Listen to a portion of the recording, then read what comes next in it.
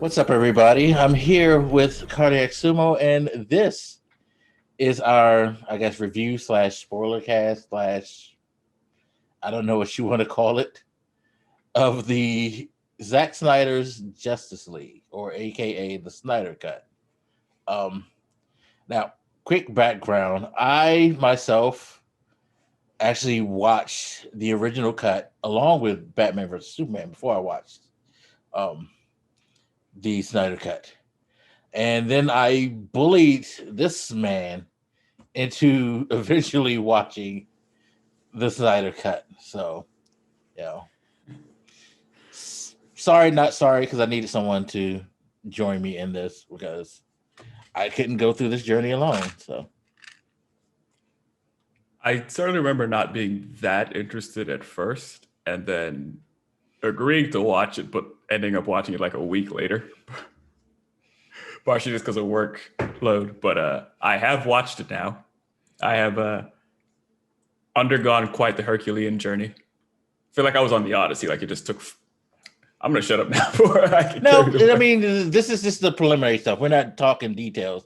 This is the start of just like, quick overview, which, saying that it's an Odyssey makes sense because it's a 4 fucking hour movie. Let's be honest. Right. Like, for those of you who don't know, like the Odyssey and the Iliad and all that stuff, they're epic, long tales. And I say that because for those of you who somehow don't know, books are like what, 800 pages a piece or something like that.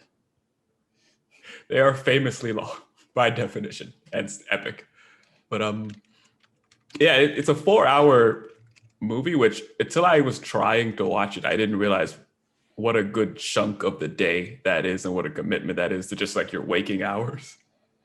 So like, I don't know, if you sleep, say a good 8 hours a night, I don't do that, but say you do, and you sleep a good 8 hours of the night, what are you left with? Like 16 hours in the day? Yeah. And to dedicate 4 hours to that's a fourth of your waking hours. Like, that's a lot, man. Especially to fit around work and cooking and chores and shit. Like it was a shocking amount of that. So I tried to watch it day after day until I think one night I just decided to stay up and knock it out. Sleep. And it's kind of funny because I think I stayed up with you for half that night, which I regret. Because I was so sluggish the next day.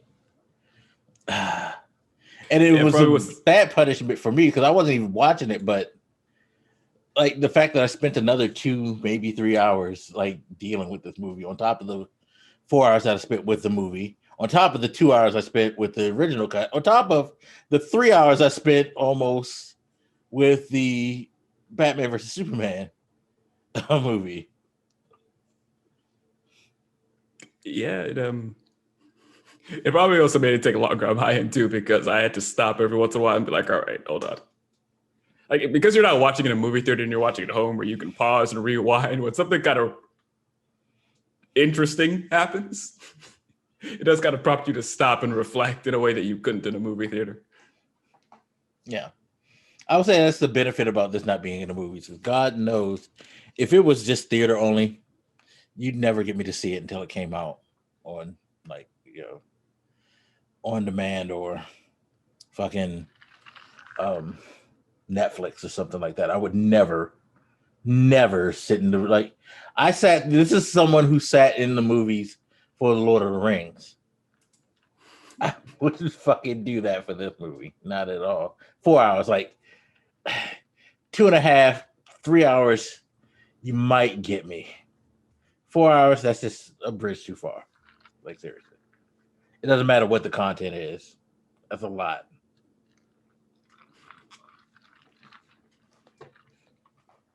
I mean, it's at least epic in the sense that it is long, certainly.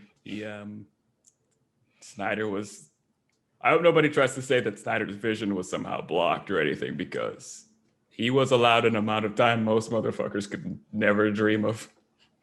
Yeah, because, okay, so here's the thing.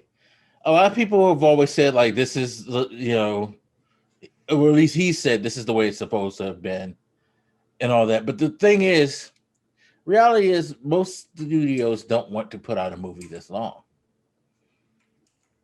especially not a comic book movie. You'll get the occasional or like quote unquote artistic things that are like done like that, like something that like some high-end art house film that you usually see nominated for best film or something like that.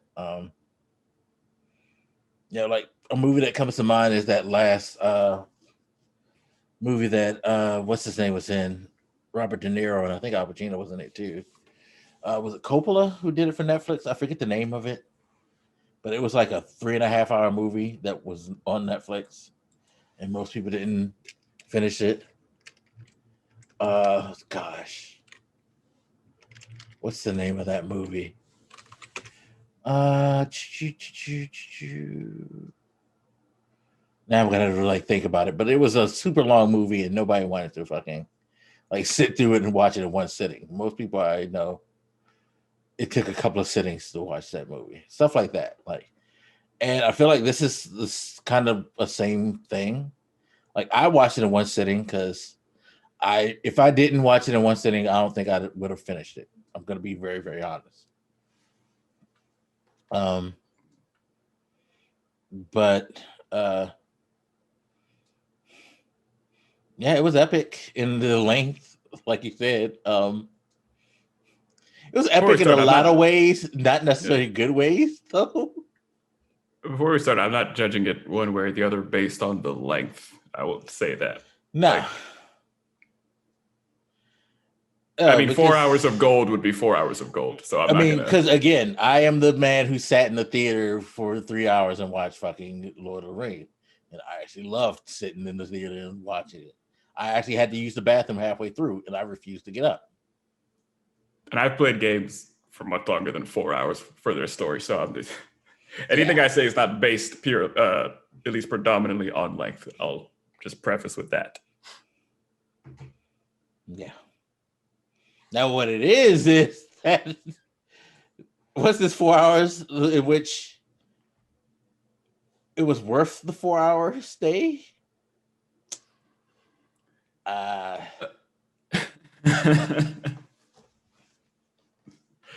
No, not in the way most people would probably think. And I guess part of the reason I wanted to watch it was just out of the interest of, watching this online movement of, hashtag release the Snyder Cut that's been happening, I don't know, a year or so. I can't even remember when this started. It's been a good if it was like right after the Whedon cut or the theatrical cut or what have you. But, you would hear on social media that because Snyder didn't get to finish the movie and Joss Whedon took over, that it was ruined under his decisions and whatnot. So his whoever's fan base, DC's or Snyder's or whoever this group of people were online, kept insisting that we, quote unquote, release the Snyder cut, seeming very insistent that were it not for Whedon, we would be pretty much treated to a masterpiece, I assume. So I've been waiting just to see if they would be proven right. When it wasn't immediately released, I was like, so to what extent was there such a cut? I know I've heard that I believe there was only one new scene shot for this, so I guess most of this was lies. Which part? No, the whole only one scene shot. I'm just saying lies off the top. We'll get into that later. Okay. But I mean, even if it was the truth, like again, the target time for like a movie that hits the theaters is 1 hour and 30 minutes. So that was already a bad excuse that it's just missing scenes or had bad decisions or whatever. So yeah, I went in wanting to see why they were so confident that under Zack Snyder, this movie would be radically different. And okay, to be fair, like for those who may not know the history, so when Justice League was originally being made, Zack Snyder had to be replaced by Joss Whedon near the ending of the filming. It had been said that it was because of his daughter passing away. Of course, later speculation like bounced between was he removed by Warner Brothers beforehand? Was like something else up? All types of shit went around. But the bottom line was he had to go for personal reasons. Um, Joss Whedon came in. There were some rewrites in the script, and there were some scenes reshot due to it, which, for better or worse, made the original what it was.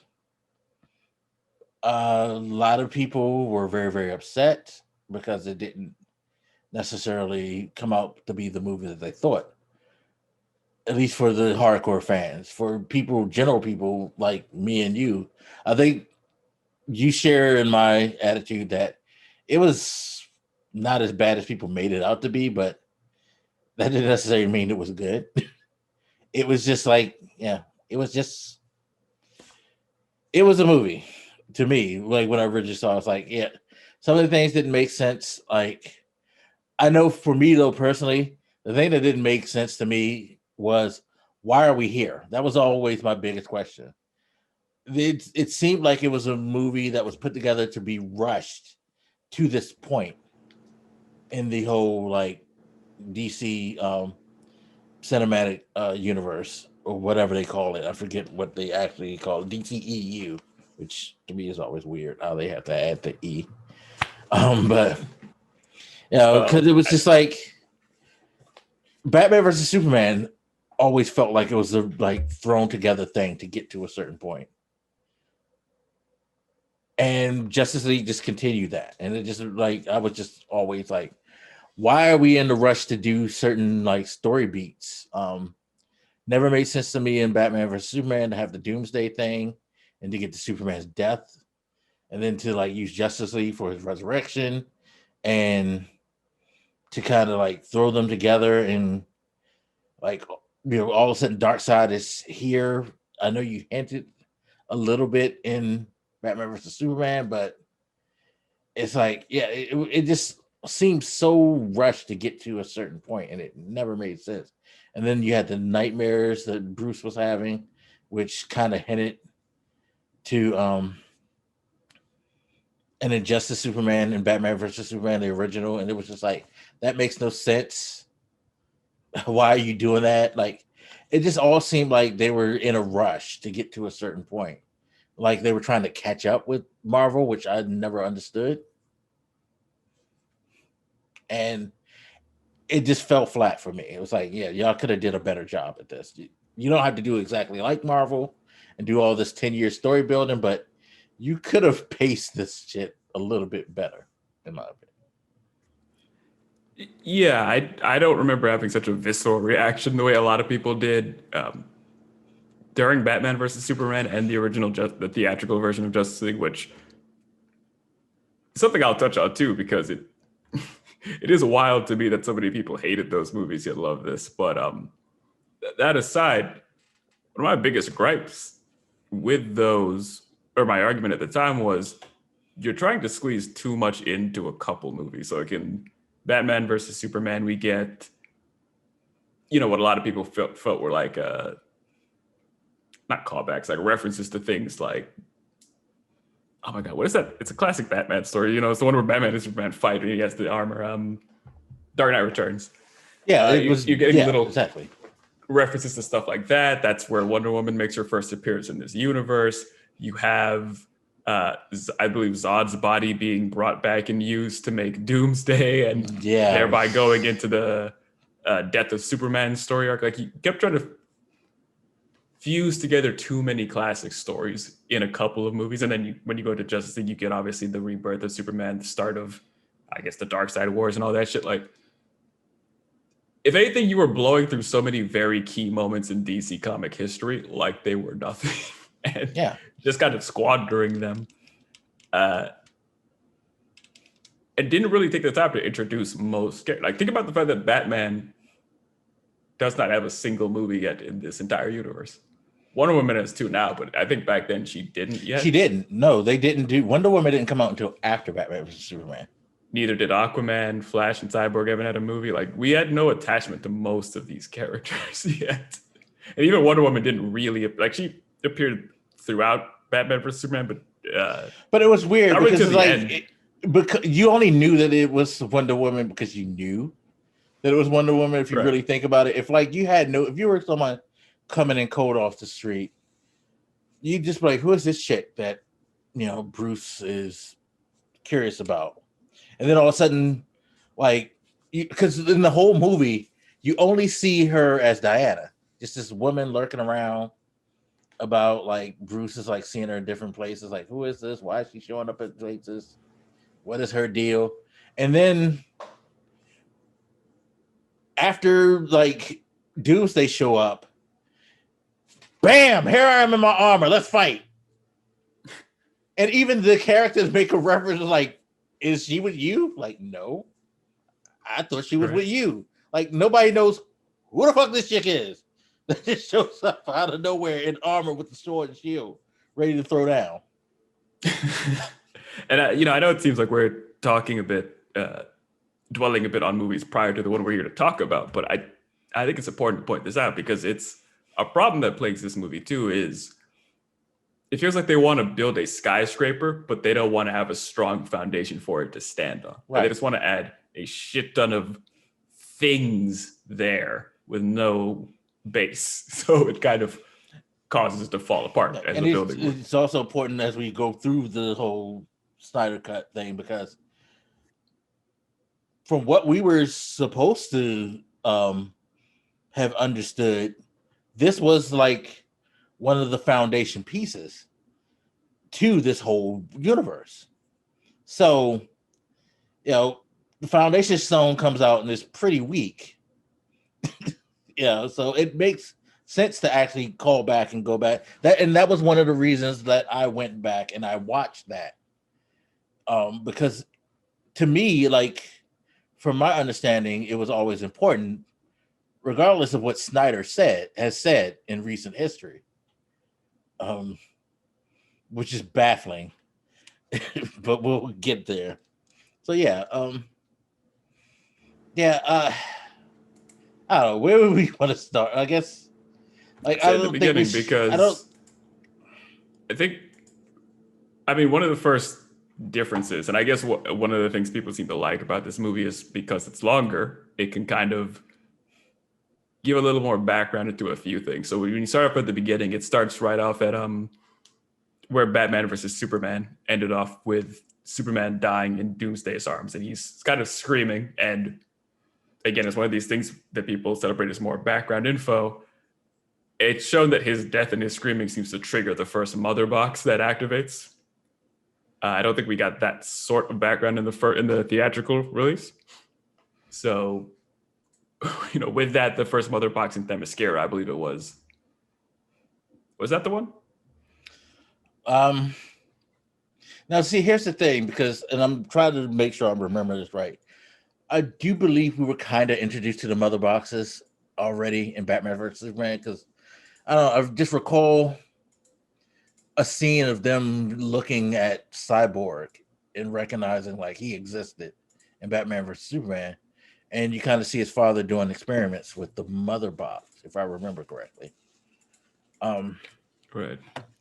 But they never said what it was, so that's the thing. Like, yeah, you make this. This seems like it's giving background information, but in truth, we were never truly introduced to the concept of the mother boxes to begin with.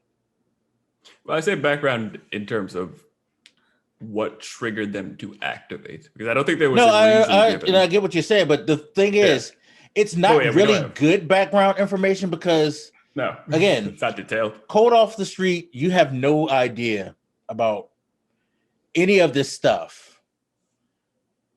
You don't know what the fuck a mother box is. They never made the mother boxes really that key. I guess, did Luthor use a mother box? How did he bring back?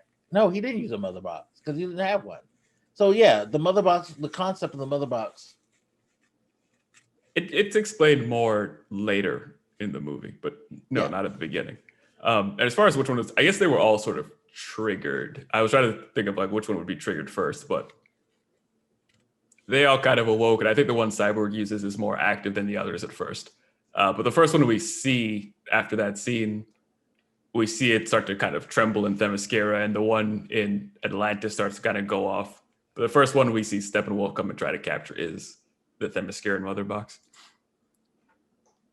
Yeah, but like again, knowing what we know, okay. So you're saying, well, two things. One, you're saying his deathly rattle turned these things on. Why? What is so significant about Superman's death cry in association to these things? Well, they did give a reason for it, but it's not satisfying either. But I'm just saying, like, you start yeah. you change this because the beginning of the original Justice League was basically them showing a video of Superman talking to a couple of kids, you know, kids like talking about they wanted to be like him and all that, and like what is like what makes him happy, or what like does he care about the most, and all this stuff. It was a nice touching like moment, and you get like Batman in a random like he's going after the criminal, and then one of the I forget what they call them, but one of Steppenwolf's minions show up out of randomly, and the guy's like, "What the hell is that? Like, something's coming for us or something?" And didn't make any much more sense for that, to be quite honest. But I didn't see where the change actually made me think, okay, this makes more sense. Anything again, why his death rattle did that, I don't know. It didn't like make me go, oh shit, that's so much more brilliant or anything like that. It was an extra scene. I guess I'll put it that way. Yeah. It was more scene. Yeah, I guess. And then we move on to pretty much I'm trying to think, did they show the Wonder Woman thing first? Or no, they showed the fight with the Amazons first, right? No, I think from there we go into Batman approaching whatever that city's name is, that little town name is where Aquaman hangs out. Yeah, and I'm gonna be honest with you guys, we're probably gonna jump around because the movie is kind of like disjointed, at least to me. It doesn't flow. It's like it flows better in some ways than the original cut, but it confuses me even more. And this is one of the things that confused me even more, simply because it seems so fucking unnecessary what they did. So the next like big three things of note would be after that beginning scene, Batman approaches Aquaman, we get the fight scene with Wonder Woman in the bank, and then we see the attack on Themyscira to kind of give a little runway there. Okay, so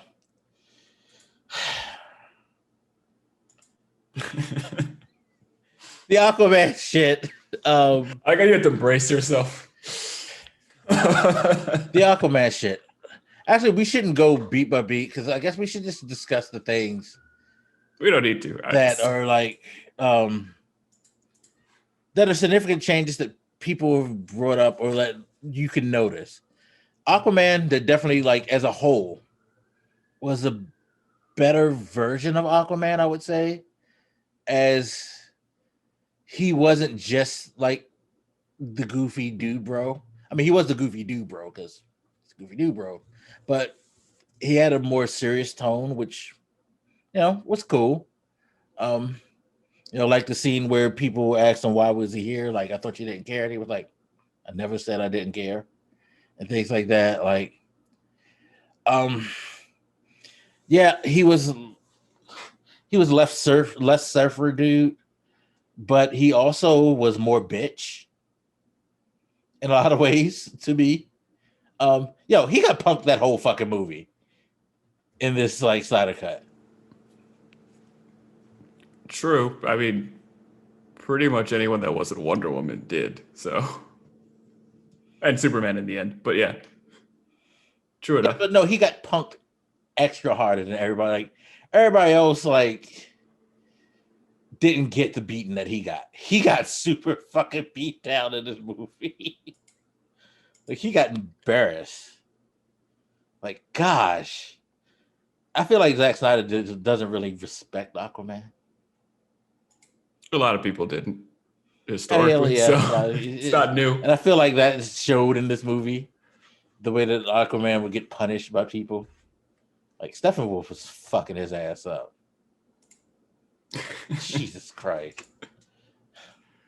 So yeah, I think the approach to trying to talk to Aquaman goes more or less the same. You get a little more footage. You see sort of like the lead up to him traveling there, a little more talking in the scene, but nothing extremely different of note. Yeah, I found the scene with Willem Dafoe's character kind of weird. And this is the thing, like, I still haven't gone back and watched Aquaman to figure this out. It was really awkward that he's interacted with Mira in this movie to me. I feel like he didn't like interact with Mira until the Aquaman movie. Yeah, I know you and I kind of talked a bit about the timeline of that, and I won't add any more than just to say I was confused. So I'm not going to pretend to be an authority on it at this moment. I have not figured it out more since our last conversation. Yeah, like I've never.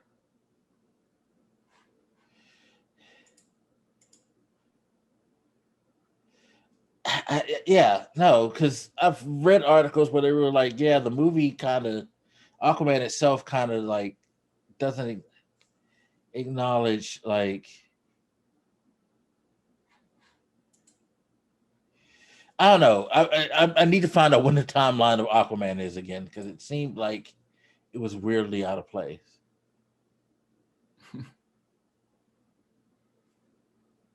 I don't. So maybe they did something wrong in Aquaman.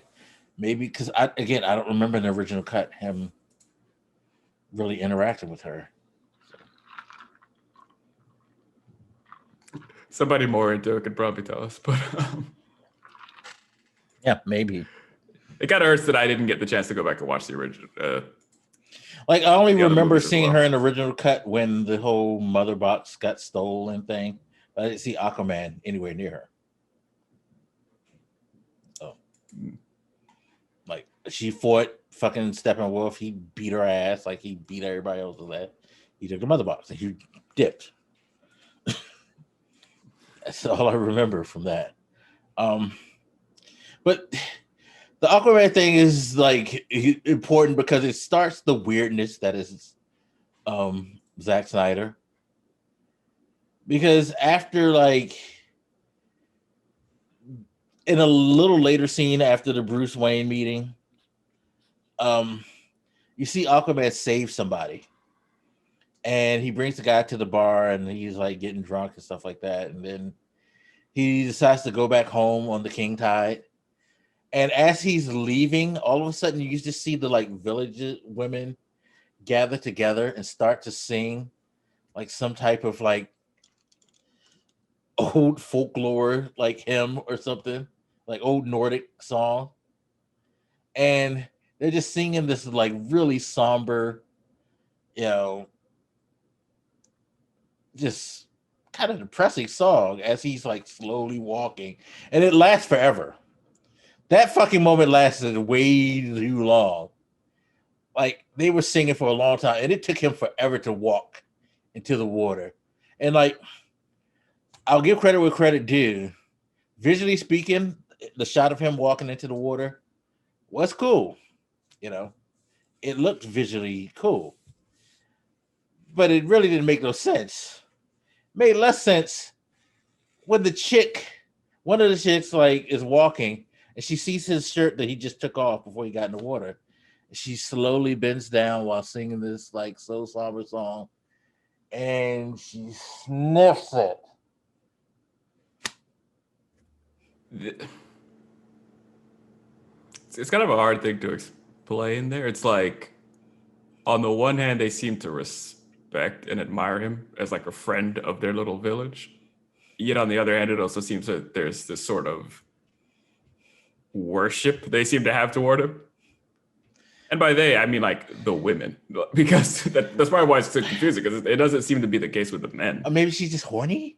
I don't know. I mean, it could have just been her in particular, but like it seemed maybe I'm just like, maybe it's just me, but it seemed awkwardly sexual because she sniffs it and she caresses it, and she's just like her eyes closed when she's holding it, and she's swinging and swaying, and it's just like it's creepy in multiple ways. Like if you walked in on like a woman doing that with your jacket, you'd be like, do I need a restraining order or like what's happening here? Just like creepily singing, and and this is the thing with the whole movie, but like the whole sort of gray tone to the movie doesn't help this at all. No, it doesn't. It just makes it more creepy. And I laughed a second ago because I was like just going to HBO Max real quick to check something out, and like one of the posters they have for this movie, it says like "Justice is gray." I'm like, what the fuck? Which I don't understand why he felt the need to make that, like, because what does it have to do with the movie?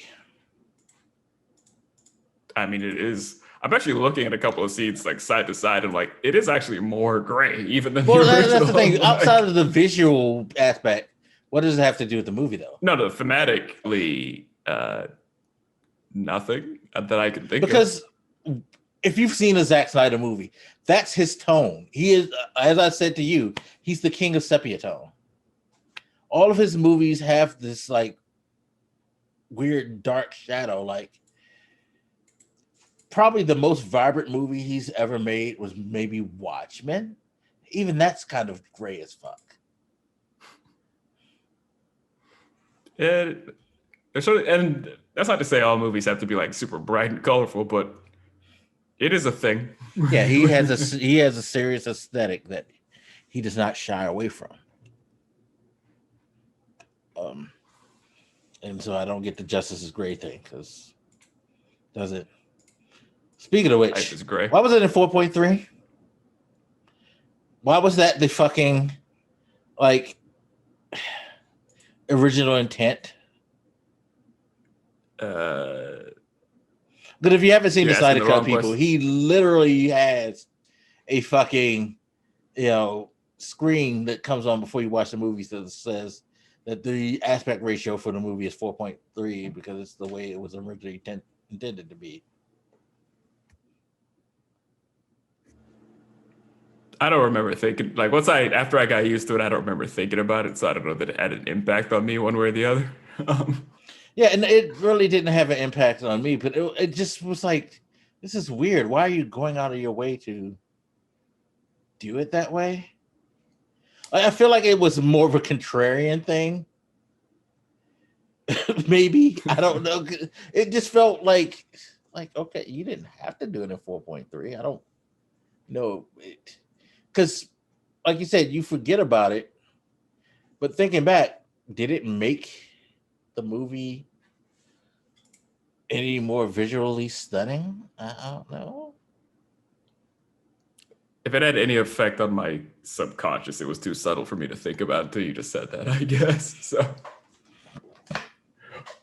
yeah, neither positive nor negative. It just kind of caught me off guard at first, and then like, well, whatever. This is what it is.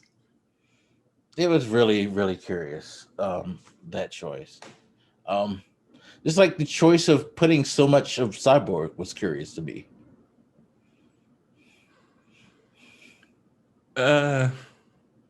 Certainly, I don't know how to put this.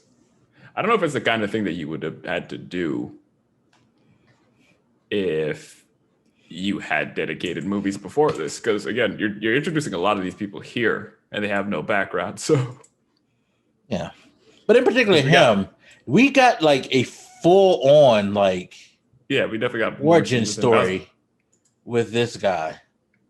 I was about to mention Flash, but like we definitely got more scenes with Cyborg, at least in terms of length, than Flash got his editions. Yeah, no, I mean, you got to see his whole family history, like how he had the accident, like what he was doing before the accident, his relationships before the accident, his relationships after the accident. Like, it was like a movie within a movie to me. And I don't know, I feel like, see, this is the thing. I hate to like fucking say this because this is one of the like weirder things to me to discuss when it comes to this movie because of all the Ray Fisher shit, all the drama over like him accusing that it was like, you know, racial misconduct by Joss Whedon and his like heavy campaigning about how like this was just an example of someone in Hollywood not wanting a black person to have the lead in a movie that's not about him, by the way. In the ensemble cast, he's complaining about people not wanting to make him the lead when he's not even the most major character in the movie. Like, look, let's be reasonable when we're talking about this. You're talking about a major superhero movie in the DC universe that is starring Batman, Superman, and Wonder Woman. Even Aquaman is like higher on the totem pole.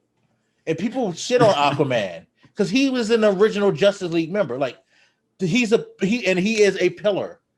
Say all you want to say about Aquaman as a character. He is a pillar of the DC universe. It's Superman, Batman, Wonder Woman, Aquaman. Order them however you want. Probably put Superman first and then like order the rest the way you want. But those are the people who everybody, comic book fans, casual fans, everybody fucking knows about them. Nobody was coming to see fucking Cyborg unless you were a super duper fucking fan of, you know, Teen Titans Go or some shit like that.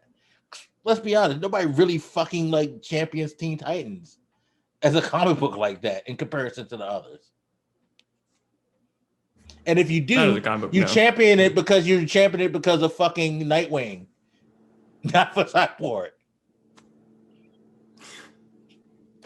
The cartoon was pretty popular, but a lot of those series were at the time because back then you had, you know, the Justice League cartoon followed by Justice League Unlimited.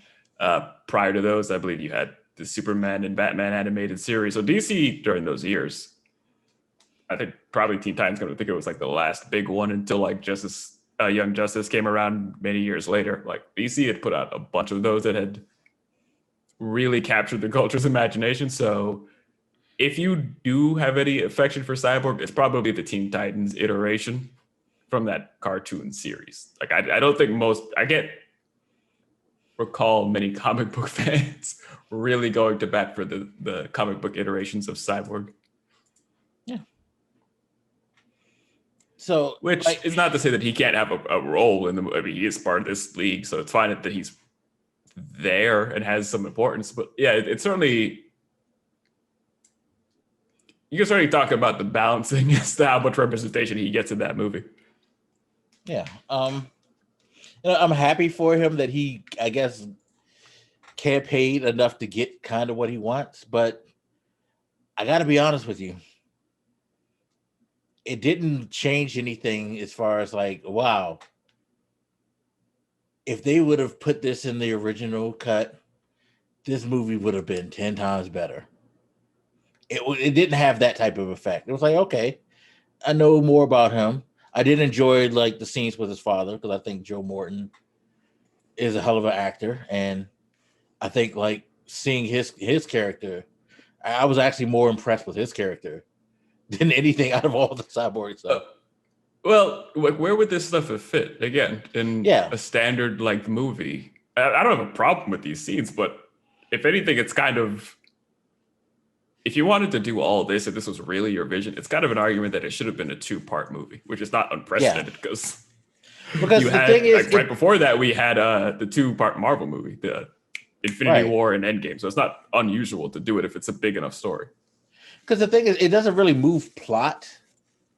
And again, it goes back to my whole, like, why are we at this point? Like, of you throwing all this stuff together. Yes, it fleshed him out as a character, but ultimately, what attachment do I really have if I'm not someone who has invested time in the past in the comic book medium? You know what I mean? So, like, it's not really, it didn't feel missed. It was it was cool. It was okay. I'm not saying it was bad, but it wasn't missed.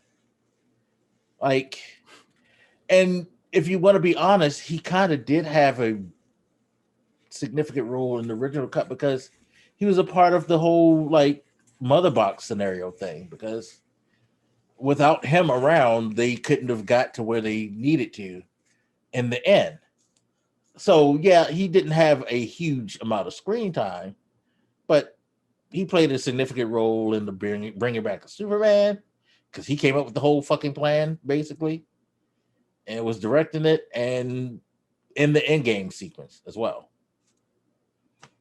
He just didn't have like as much screen time as Wonder Woman or Batman, which he shouldn't because Wonder Woman Batman. Since we're on the topic of talking about Cyborg, it's not just a matter of more scenes, right? Like there was a certain exploration of morality, I suppose, explored with him because you have the scene with his father where his father's essentially describing all the things he can do because we live in a technological age and Cyborg can control technology.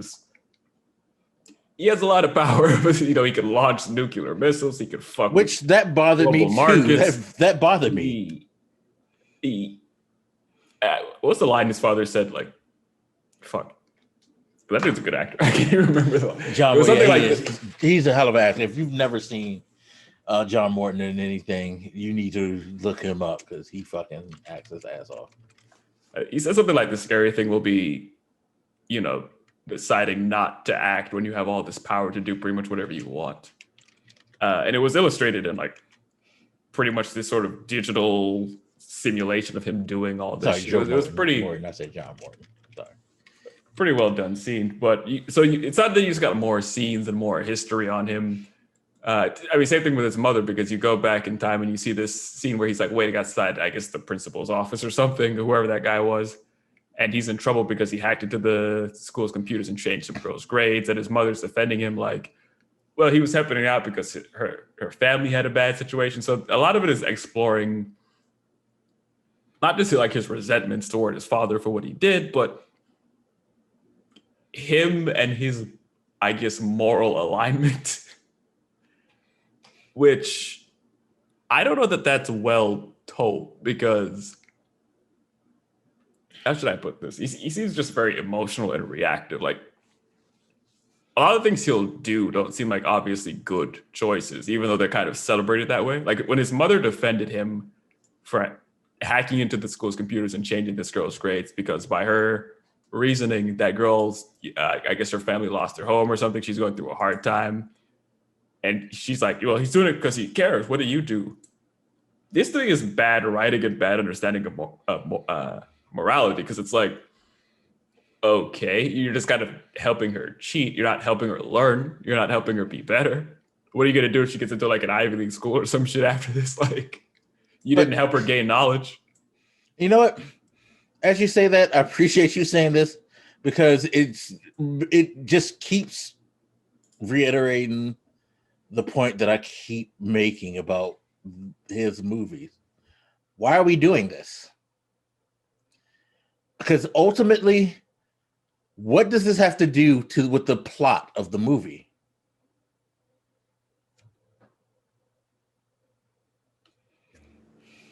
Nothing with the overall plot. It was more, I guess it's the kind of thing that could have gone more into a Cyborg movie. To be honest, that's my thing. Like, I feel like this would have been really, really well saved for them to do a Cyborg movie. Sure. I think it might have been you who made the comment, but it's like once you kind of see all this development with him here, you're not really interested in seeing him in another movie. It's kind of like because there's no reason. There's honestly no reason to do it because you just did it. You did the movie within a movie. So there's really nothing to explore with him anymore. Like beyond this, you've gotten that. Like it's kind of like when you see scenes of Black Widow in the Avengers movies, in Endgame, when she has a conversation. You know, not Endgame, but yeah, it is Endgame. She has a conversation with Clint, or go back to the original Avengers movie after he gets pulled out of Loki's control. The conversations they have, it's really specific conversations to the plot and things that revolve in the movie. It's not, it's character development in a way in which it exists within the theme of what's going on in the subject of the movie. Like, her talking about how like she really doesn't have, or like the conversation she had earlier about how like she doesn't really have anybody, and that the Avengers are all she has early in Endgame. It's important to the story because it makes you realize why she feels the way she feels when she makes the decision that she makes later in the movie. Right. It's important background to her, and it feeds back into decisions that happen later. They're not. Yeah. They're not like solely important to her. Exactly. Stuff like that. Whereas I guess the closest you could say is like, because later we see a scene with Cyborg and Wonder Woman, and Cyborg in general seems hesitant to help out. And, the scene with his mom, and we also see another scene where he's thinking about how much power he has, and he's considering what he could do with it, and he helps this woman, this struggling single mother, by, I guess, giving her a bunch of money. So this idea that he... Yeah, but that was all between his father's narrative about his power. So it kind of wasn't like a random moment. It was just like part of the narrative that his father was given. Yeah, but it was part of the, I guess, the overarching narrative of him just... This idea that he just kind of reactive and he wants to help people and he's going to do that no matter what. I guess you could argue feeds back into him with that conversation he had with Wonder Woman where like he's like, fuck the world, and she's like, you're gonna help, you piece of shit, whatever. But it really does it because I feel like it was like, I see what you mean. I don't feel like it adds anything because... But no, here's what I'm like I get what you mean, but why couldn't that have just been a part of the introduction moment of him, where instead of having this big, long, drawn out like origin background sequence with this whole narrative from his father, why couldn't we just like seen him kind of like how we were introduced to Flash, just randomly doing something, like he's randomly walking down the street and he sees this lady having her struggles and he just decides, you know what, like, let me tap into this thing and help her, and like use that as an example to show like, yo, he has these cool powers and he's just using them to do good things. Did it need to be that long? I guess my thing is, did it need to be that, like, did you need to have this in this whole long drawn out narrative to make that point? Well, I guess first thing, just with that scene, again, it's this sort of issue I have where like the logic of the morality is weird to me, because like things he'll do are not obviously like great decisions. He pretty much just like stole a bunch of money, gave it to one person, and you can't do that with everyone around the world. Not that I don't get the compulsion to do it, but it's like, what are you going to do? Just fill every person's bank account with $1 trillion? Like, that's going to work?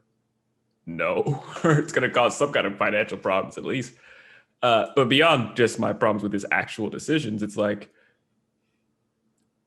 I can see why you would feel compelled to kind of take us on this little subplot journey with him, because you know that core to his character in the beginning, he's just filled with rage toward his father for neglecting them, for, in his mind, being part of the reason the mother's dead, for, in his mind, mutilating his body pretty much treating him like a science experiment after ignoring him. So you know that he's a character that has a bunch of anger. So you'd have to get from the point of anger to him being willing to help in a way that makes sense. But all this, just like even thinking through this and talking about it out loud, just makes me think, this is why he should have had his own fucking movie. Because like, yeah, if the problem is you can't get from, like, if point A is him being filled with rage and pissed off about how his life is going, what happened to his body and his mom and all this shit, and point B is him being, you know, more of his selfless self, willing to save the world and shit, that's a little too much to tell here. And it's no wonder you couldn't do it well in the theatrical version, because you had half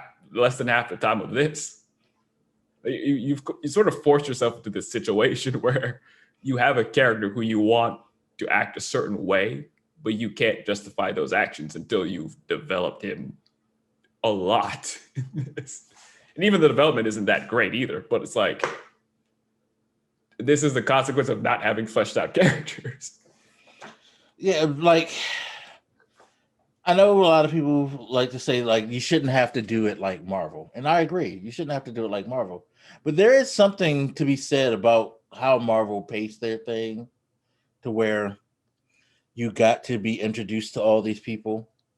And even in ways how they introduce people, like they introduce Black Widow, like they introduce Spider-Man, like they introduce Black Panther, in ways in which like they can like kind of like show you flashes of them and then make it work and fit within the themes and then come back at a later time to address certain things if needed be, because they weren't necessarily the main driving forces to the story. Because at the end of the day, like when it came to Civil War, Black Panther was a part of the story, but the story was about the relationship of, you know, Captain America, Iron Man, and like, you know, that whole idea. Or just going through all of the like movies, you notice like when they introduce people, Falcon, all those people, they put them in a place where they fit, but they still focused on the story that they were telling and didn't. And I think this is why I have a weird problem with the cyborg stuff, because it feels like, I hate to say it this way, but it feels like Zack Snyder kind of, you know, has a thing for Cyborg, and that's why he did it. And then when like the aftermath, the like complaints that Ray Fisher had and all that, he saw an opportunity to use that stuff to kind of like, you know, kind of take a jab at the whole Joss Whedon situation. Like, be like, see, I care. I like that you brought up Black Panther, because I think it's a good way to illustrate what I mean as far as having to develop a character. So if you go to Civil War and Black Panther's involvement in that,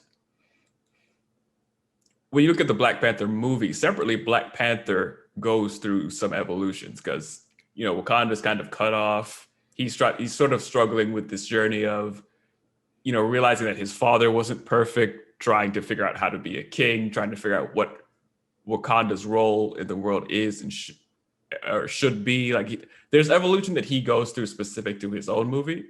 And within so when you separate that, you look at Civil War, he's driven mostly by revenge because his father's killed in that movie. So he's hunting down Zemo. So he's kind of going through all this, going after them. And at the end, he kind of learns to kind of, I don't know, not be obsessed with revenge and all that shit. Like his character journey in that movie is isolated to just being for that movie. Like he doesn't have to go through any other things to justify his actions. Yeah, his only arc in there is about revenge. Right. So he does have evolution in that movie, but it's pretty much, it's not more than it needs to be. Like his actions are already justified mostly by the revenge plot. And then he just kind of has like a nice resolution at the end. But if you go back to Cyborg, it's a different problem because yes, he also has an evolution, but it's much more of a requirement. Like you can't justify him acting at all until you kind of go through some of this evolution to explain why he would act. So it's and again, kind of hard to explain, but it's different. What's the relation to the story? Like his whole arc is so much more personal than Black Panther, because Black Panther is personal, but it's personal within the build of the story because this, you know, it ties into the goal. Right. So if you look at what Black Panther does, hunts Zemo, he has a specific goal to him that happens to fit in a certain way in the movie. If you look at Cyborg's, well, I guess that's part of the problem. Right? He doesn't really have a goal. He's just kind of lost and trying to figure it out. which, you know, you brought up not having to do things like Marvel. I don't think everybody needs to have like their own movie or be plotted that way, but I think Cyborg is a particular case where you probably did need to just because of the nature of his involvement. Because notice, I'm not making the same argument for Flash because I don't think Flash needs that level of explanation. It's not like, I mean, yeah, Flash has traumatic shit, but like his character does not have this sort of anger that would prevent him from doing anything good. You know what I mean? Like he doesn't need that much of a lead in. It's fine to just kind of know that he's Flash and just kind of move on. Yeah. It's a different case with Cyborg. It's because he has a level of anger and directionlessness that the other characters don't. Yeah, and I still feel like it wasn't really resolved by the end of the movie, if you think about it. Especially when you kill his fucking father to add to the fucking angst. Felt like an unnecessary move to me, but very unnecessary. There was no it was the stupidest thing in the explanation for he needed to charge it so we could mark it and be able to find it. Your son's been connected to this fucking box the whole entire time. That's where he got like how he was. He fucking reacted when Superman yelled when the mother box moved. He has it's the same box too, so he's in tune to the box already. It's certainly not. Why does his father need to blow him his fucking self up to make sure that you can find it? The mother box from Atlantis or Themyscira. It's the mother box that made him the way he is. It's the mother box he's had the whole time. So it's like it is kind of odd.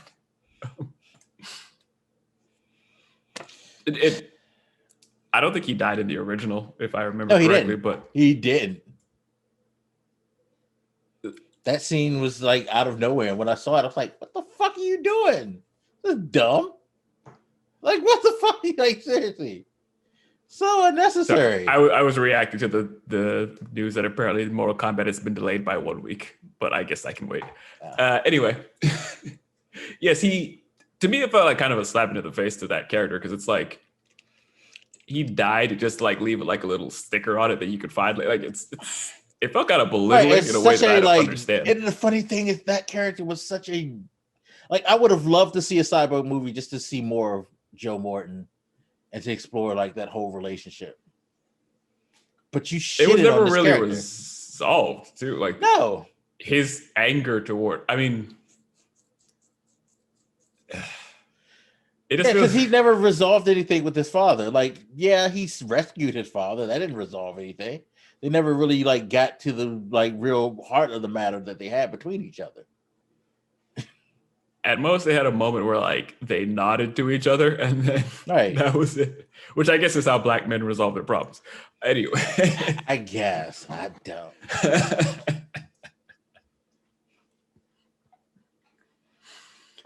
But yeah, Cyborg is the heart of the league. Anyway.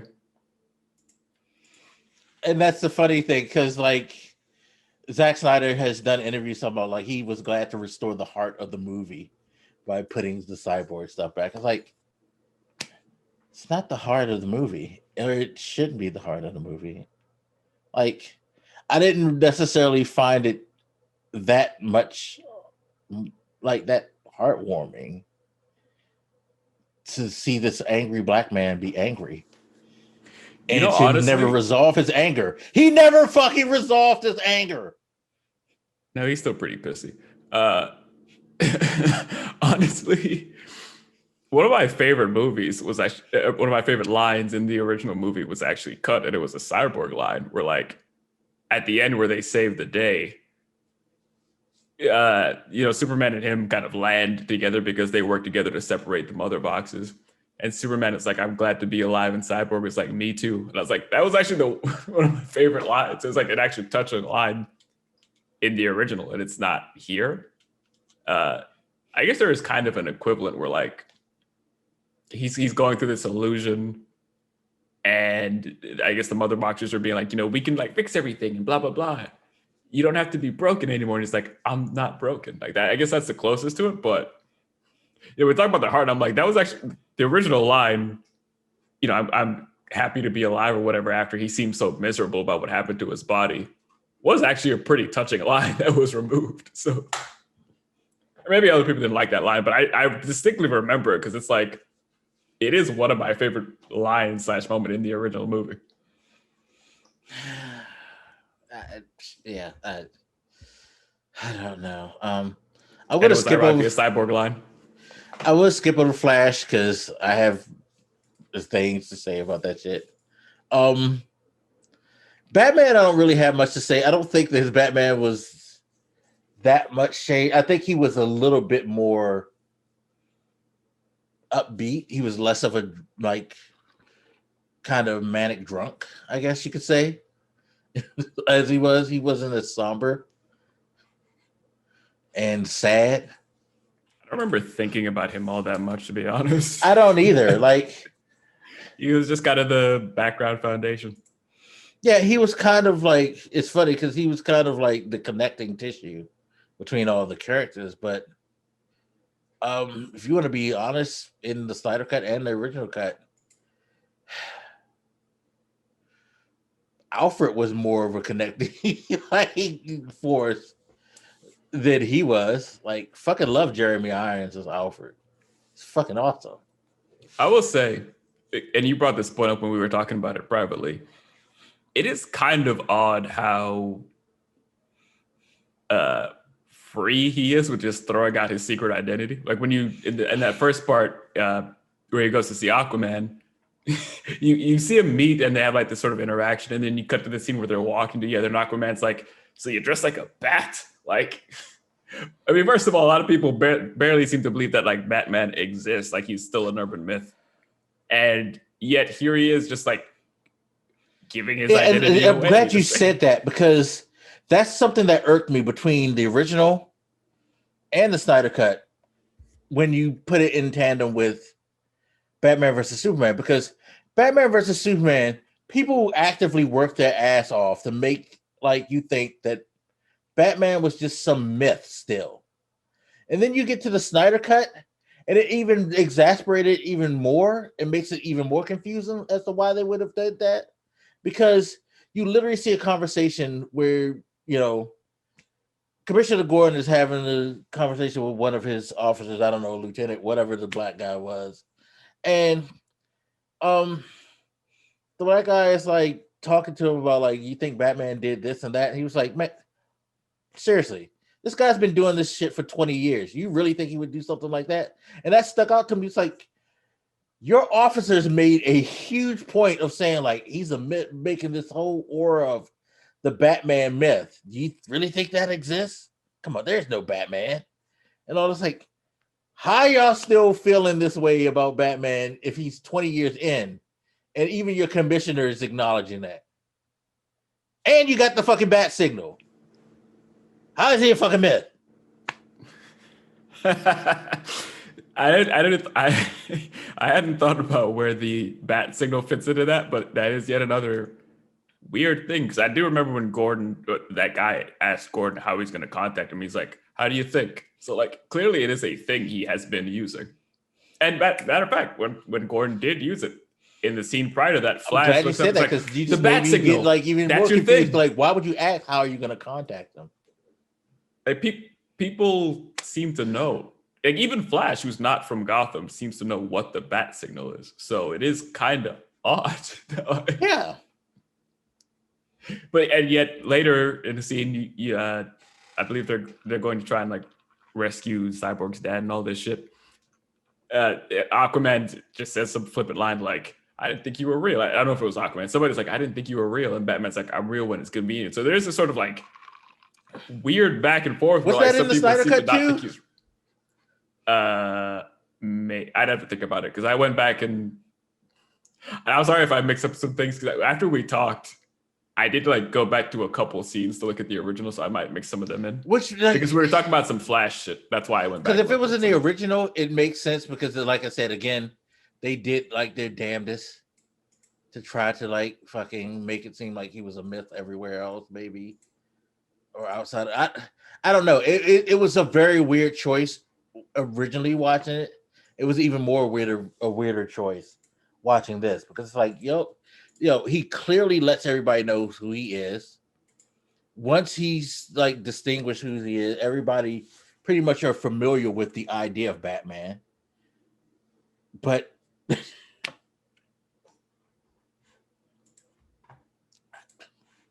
God.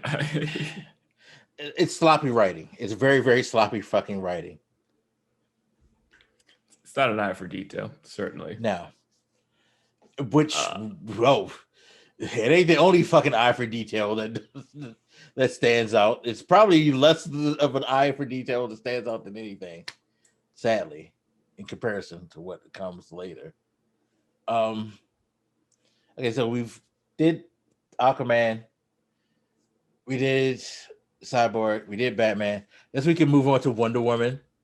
Why is she a murderer? I'm sorry, I just wanted to verify. That line is in the movie where it was Cyborg, actually. You said, I didn't think you were real. And Batman says, I'm real when it's useful. Yeah, see, that's a dumb line. That is in the fucking Snyder dumb Cut. line. Fucking dumb line. So I'm sorry, what character were we talking? Wonder Woman. Wonder Woman. The angry woman who just kills men. I actually did, as we were talking earlier, like go back and look at the bank scene. There, for those guys who don't remember, there is a scene in both movies where some, I was gonna say robbers, I guess just villains in general, because it seemed like they were just gonna try to kill everybody, not really take money, enter a bank filled with like some schoolgirls and shit for whatever reason, with overly convenient victims. And just were like, yeah, fuck it, we're gonna kill everybody and bring us back to the Dark Ages somehow. I don't know. I don't even understand how their plan made any sense, but I guess crazy people's plans don't have to make sense. Just kind of looking at them side by side, I think one of them might be a little longer, if I remember. But I guess because the Snyder Cut must be rated R, there's certainly more blood that you see. Like she knocks a dude into a wall, and his face just like leaves a bloody. Yeah, he just dent. Like he fucking explodes and the sea of blood on the wall. What the fuck? I'm like, whoa, holy shit! Oh no! Can you imagine some woman just like kicking in the door, just murdering everybody? I mean, she was saving them. Don't get me wrong, but it was jarring. It is an increased level of violence, I guess, that we get to see in this movie because of the different rating. I remember when we talked about it, you kind of pointed out like it is kind of odd that she's just doing like this level of violence in front of school children, right? And my argument at the time was like, I don't even see why she needs to, because she's completely bitching them. But out. even the like, whole scene is actually extended violence because of the way the terrorists come in and the things that they do before she even shows up. All of that wasn't in there. Yeah. To be clear, like I'm not as tied to the idea like, oh, superheroes don't kill people. Like, first of all, that's it depends on the comic you read, I guess. But like, I'm not offended at the idea that she would kill them, but it did seem like an odd setting to do that much damage to people who were not so much as leaving a mark on you. You know, it didn't seem like she needed to do any of that. Yeah, like she went out of her way to fucking explode that dude right at the end. Like she vaporized him. She destroyed like half the building and exploded a dude. Yeah. I'm not even sure if he had ammo by the end of the scene. Like it wasn't clear to me why she felt the need to do that. Yeah, it just seemed like really super excessive force. Again, especially given the environment that it was in. Making a joke to you about, there's an anime called My Hero Academia where a lot of things happen, but it largely features children who are learning to be superheroes in a world where people have powers. And like one of the things that some of the students learn over and over is like limit damage to the area. Shit costs money. You don't want to have like collateral damage, lives being lost, all this shit. Control yourself. And I looked at Wonder Woman do that. I'm like, that was just a dude. Like right before that, he has a scene where she's like trying to fire his gun off into the crowd and she blocks all the bullets. And then she just like looks at him and like, you could probably take this guy alive. You don't even have to kill him, to be honest. I'm not even sure why you have the jurisdiction to kill him, but whatever. But it kind of talking about this just reminds me, it's a Zack Snyder trope that's kind of unnecessary. He likes gratuitous violence. And I feel like that's part of the reason why he's no longer doing these movies, because they're not necessarily trying to sell that type of violence in comic book movies. Like you do see violence in Marvel movies, but it's so like, you know, it's more of an implication thing than just the raw visceral sight. Like in Black Panther, you know, Killmonger, he kills what's his name, Claw, but you don't see him shoot Claw. You just see the gun like go off, you know, and that's it. Like, oh, he killed him. You know, things like that. Like you don't see Yeah, the like, fucking blood splatters and shit like that and all those things. well, it's not the violence itself that bothers me. It's just sort of like the seeming lack of logic behind it. No, because he just wants like to have. That's the thing. He just likes that shit. Like he likes the brutality. Think about the final fight. Like Superman, he didn't need to beat fucking Steppenwolf like that. He fucking ripped that motherfucker's like horn off and then like fucking starts pounding him like he was beating dough, making a pizza. Like. And honestly, Wonder Woman, every time she fought, she was like, yo, I'm going to murder everything in the most extreme way I fucking can. Because I'm a psycho. But I think about the scene too where that happened, because like right after she like vaporizes a guy and destroys the building, she's like having this sweet moment with the schoolgirls, and I'm like, this is not appropriate. Like this, I want to these grow up to two be things just like should not be you. back to Like, back. sure, you could be a murderer too, little girl. Feel free. Like me. She's like, you know, she goes to one little girl in particular who seems scared. She's like, "Are you okay, princess?" And I'm like, bro, no, this is. They were bad guys, and it's not even killing them that bothers me, but it's like the excess. I mean, I should say like this, but like, isn't this the kind of thing that we get on real life police for all the time, like excessive force? I'm pretty sure vaporizing a motherfucker who didn't have any ammo left was excessive. Oh, excuse me, Yeah, I like shouldn't say he as didn't have quick any as ammo you left, but that's move not true. and all that, But you could have subdued all these people. But I mean, you saw her with the bullets, how she deflected all the bullets. You can move quick enough to subdue him without fucking vapor. You didn't have to fucking like, you know, let off the shockwave unless you just like, man, I just want to murder. he was the last one left. She'd already done that to every other person in the room and Right. threw the bomb, and she like there was.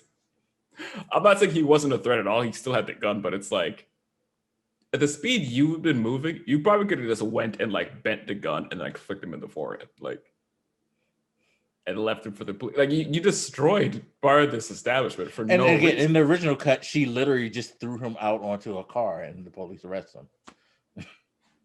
Like she didn't murder him, but she felt the It is need to murder him violence here. that makes no sense. Yeah. That's why it bugs me, because I've often said like one of the things I like about Wonder Woman is because she's raised in Themyscira as a warrior, she has a bit more of an edge to her than like corny ass Superman and Batman with his code. Like she doesn't like grow up in like this city-ish area in America where she has these weird values. She'll kill a motherfucker, so it's not weird to me to see her kill somebody, but like not this. This is not rational. Yeah. No, she intentionally goes out her fucking way. She like just like maybe she was just feeling homesick, you know, and she She's wanted still to be a pissed true about Amazon. Yeah, maybe that too. Now that we got 1984 or whatever, like she's like, "Oh yeah, I have more backstory, and I remembered I'm pissed."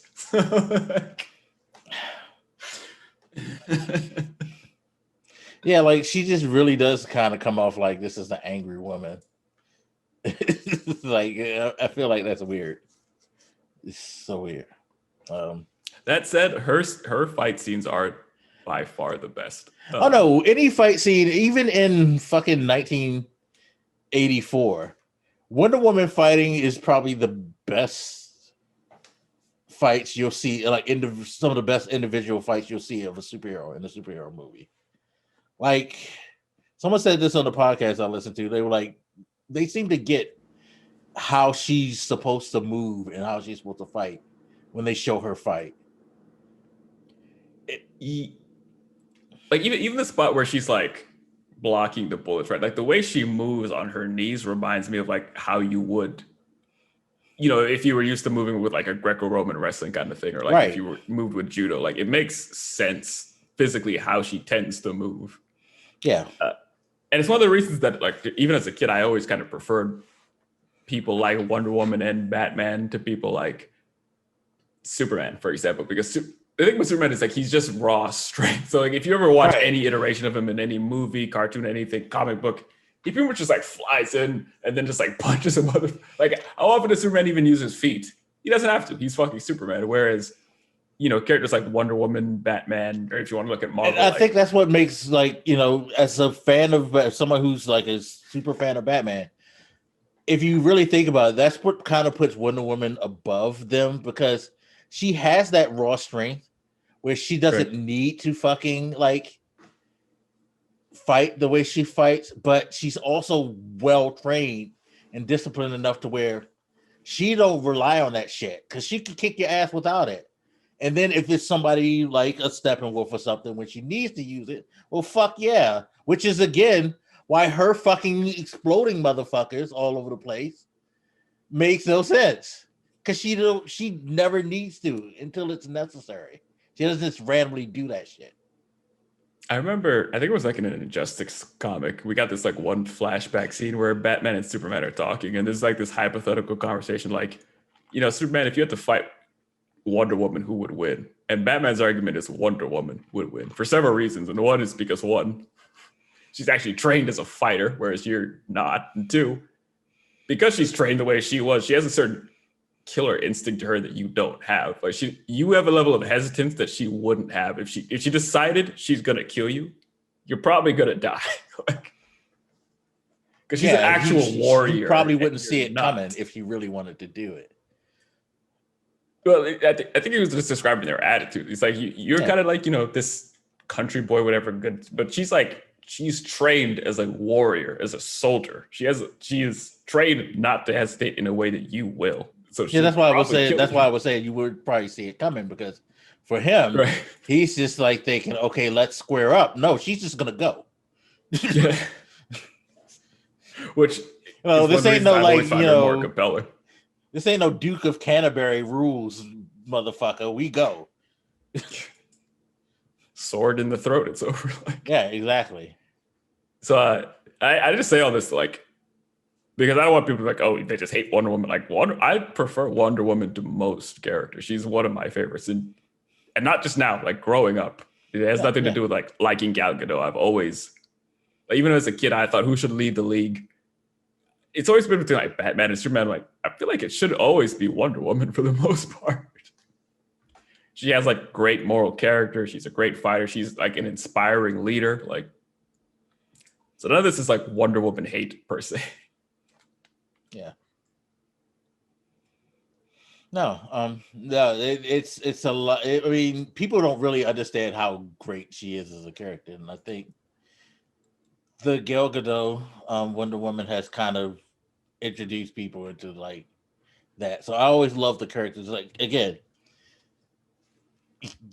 you can miss me with that like fucking just murder for no reason shit, but as like they've built Wonder Woman is the best character in the DCEU, and that's why her movies tend to end up being the best rated. I remember for a long time her first movie was like the only one most people would acknowledge as good. Yeah. It was like, I mean, we hadn't gotten like Aquaman yet or Shazam. Yeah, I don't know how many people watch Shazam. I thought it was fine. I don't personally like Shazam as a character, but it didn't offend me. It was what it probably should have been. It was a solid movie. You can't even if you don't like it, you can't like deny it wasn't solid for what it was for what it was supposed to be. It's funny because that Aquaman, Shazam, it's like those movies seem fine, and then you got Batman versus Superman and Justice League. It's like, what the fuck? Yeah, no.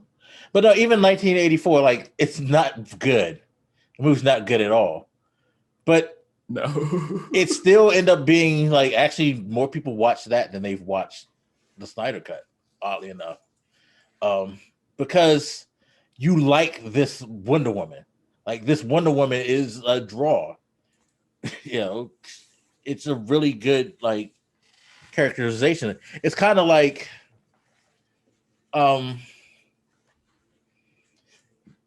what's a good comparison? It's just like John Wick 2 wasn't as good as John Wick, but you like John Wick so much that you still watch John Wick. Yeah. Something like that. Like, no, I really like her Wonder Woman, but like again, Snyder is like a weirdo. He's a creep. He's an edgelord. And he feels the need to put certain things in tonally to me that just unnecessary. And I'll say too, like her costume is, I'm pretty sure it's the only one I actually like in this entire thing. yeah, her design is the best design of anybody's costume in this whole. I like Superman's suit. I'm cool with it. It's fine. It doesn't bug me. But no, hers is the best. Hers is the best. Everything about her is the best in this whole thing. Yeah. Like by far.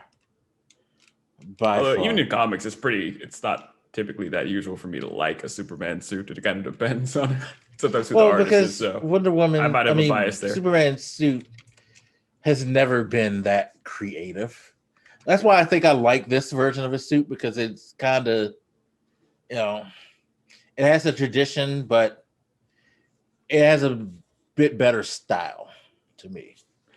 You know what? I might be being unfair partially just because it's like what I was saying about like the way Superman moves when animated versus Wonder Woman. Like there's just like a lack of dynamicness to him. Yeah, but again, it's not like like you said, it's not like he's a trained fighter. He's just some dude who just got these crazy powers, and he's just going to fucking punch you and blow you up. I'll say, since we already did Batman, I didn't think about it. Like, I remember making this comment when I watched it. Like, Batman's one of his biggest things is that he's trained in like a bunch of martial arts. Like, he spent years and years learning martial arts. Yeah, and yet you often just see him with a gun in these movies. Yeah, I guess we should go back to Batman a little bit, because we talked about murders, like Wonder Woman murder Batman. Does it like? I get it. This is the Dark Knight Returns Batman. He's older. He doesn't give a fuck no more. But he kind of is not Batman. He's just like your typical action movie military guy in these movies, if you really think about it. Like, you barely see him display his fighting prowess and things like that. I mean, I guess I could kind of understand it when it comes to the fights with the aliens, but just every instance of Batman that you've seen in these movies, he seems to always break down to using guns in some form. Like some sort of like laser alien rifle. It's like or no, even like or the Batmobile's guns. Think about Batman versus Superman in the fights that he had. He used guns against humans. Or think about the nightmare scenario dreams, where like he's like meeting with those people and the whole thing breaks down. He's just like shooting everybody around him. Yeah, I mean, there's flashes where like maybe he'll jump into a scene and like throw explosives that are typical of Batman, but it is, given somebody who's so known for hand-to-hand combat, it is odd. Yeah, I guess that he doesn't do it more. And maybe we would get it more in a standalone movie where we get like Deathstroke or something like that. But it is like, it's just so much. I'm gonna pick up this random rifle that an alien dropped, or like get on this cannon, or use the Batmobile's guns and shit. Yeah, it's like Batman's known. It's not just for his fighting, but he's also known for his gadgets. Where was his gadgets? You know, he had the car, the big. But you barely saw the car. I don't know what to tell you. He had a satellite, and like even when he used the car, what was he using the car? He was using the fucking guns. Yeah, pretty much. I think that's part of the reason why when I said like I didn't think about him that much, like he didn't really do anything that distinct. He was just kind of a guy. Picked up a rifle sometimes and shot it. Like, no, and it's funny because if you go back and look at Batman versus Superman, he really ain't shit in that movie at all. Like, it's like outside of the fight with Superman, which it was just him in a big fucking like armored suit, just trying to survive. once you get past the fight and he decides not to fuck with Superman, and after he saves Superman's mom, he's useless in that fight against Doomsday. Like he's just conquered in a corner, and it's just a Wonder Woman and Superman like doing pretty much all the work, while he's just like trying not to die. I think he mentions the spear, but it's actually Superman. It's first of all, it's Lois, and then Superman who goes to get the spear. So it's like, Right. You know what? I saw clips the other day of Justice League Dark Side War. I think it's like the first movie. It might have been the first movie. I can't remember. Like, you know, their whole animated universe they've been doing like the last few years. It's like one of the first movies in that series. And like I think about the Batman in that, where you know there's a fight scene where Superman comes in thinking that him and Green Lantern are the enemy, and you see him like pull out all these gadgets to try and fight against Superman. Him trying to like hold his own in a lot of ways, and then like once it finally doesn't work, Hal is like, he's gonna fucking kill us. He's like, no, he won't. And then he kind of whispers as Superman's flying at them, Clark, to just kind of like let him know that he knows that. It's like, it's a good iteration of Batman because it's one, you see him like using his combat, his gadgets, his knowledge, but he gets out of the fight just using his detective breathing and shit. Like, you know, it's like, it's an aspect of Batman you just don't see here. He's not really a detective or anything. He doesn't really, well, he seems to have learned everything about his targets, like Flash and Aquaman. It's just not something you see him use. Like when he goes to all these people, he already knows who they are and all this shit. Yeah. You don't really see him use gadgets that much hand to hand. So he's just kind of, I like the way you said it, just kind of like random action military guy. Because you sent me a picture of that dude in the Deathstroke costume that was also in black and white because everything has to be. And I made the same kind of comment. It's like, if you didn't know that this was Deathstroke, this would just be a random sci-fi military dude. Yeah. And to be fair, yes, in the comic, Deathstroke does have guns on him, but you generally see him with his swords because he's a fucking like another guy who's highly trained in martial arts who generally uses it. Yeah, he's an assassin. So the guns come in like last. He fucking like will murder you with knives and shit first. Yeah. So yeah, I guess Batman's biggest crime in this movie is just being dull, to be honest. Yeah, no, it's like I don't mind Affleck's performance, but I really wish that it kind of goes to the Cyborg thing. I really wish he had his own movie so we can actually see like him actually be really truly developed in a way that it makes sense. But yeah. And so Alfred could shine more. Yeah, I would just love to have a movie where him and Jeremy Irons have conversations because Jeremy Irons is fucking dope as shit. As Alfred, like he really is. He is the best Alfred that there ever. And it's a shame that he got wasted in this series. To be quite honest, it's a challenge when you're using a lot of characters. A lot of them don't have time to breathe. Yeah, and you just don't give them proper, like a proper length of runway, so to speak. And even this 4 hours doesn't necessarily do it. You need them to have their own bits. But anyway. All right, last superhero that we're going to discuss. Then we'll get into the fuckery, like just the random fuckery of the whole movie and the plot. Flash. Everybody in the world said that Josh Whedon was the reason why this character was the way he was in the original cut. They were like the annoying jokes, the attitude, the like fucking awkwardness. All that was just Josh Whedon being a fucking like creep. He being stupid. Poor writing by Josh Whedon. Oh my God, he's ruined the Flash. Look at what he's done to Ezra Miller's character. Not only did we get that in the Snyder Cut, we got worse. Proving that my point, which I was making to people before, like the reason this movie was the way it is, and it's going to be further proved as we go along, it wasn't because Josh Whedon. It's Zack Snyder. So, if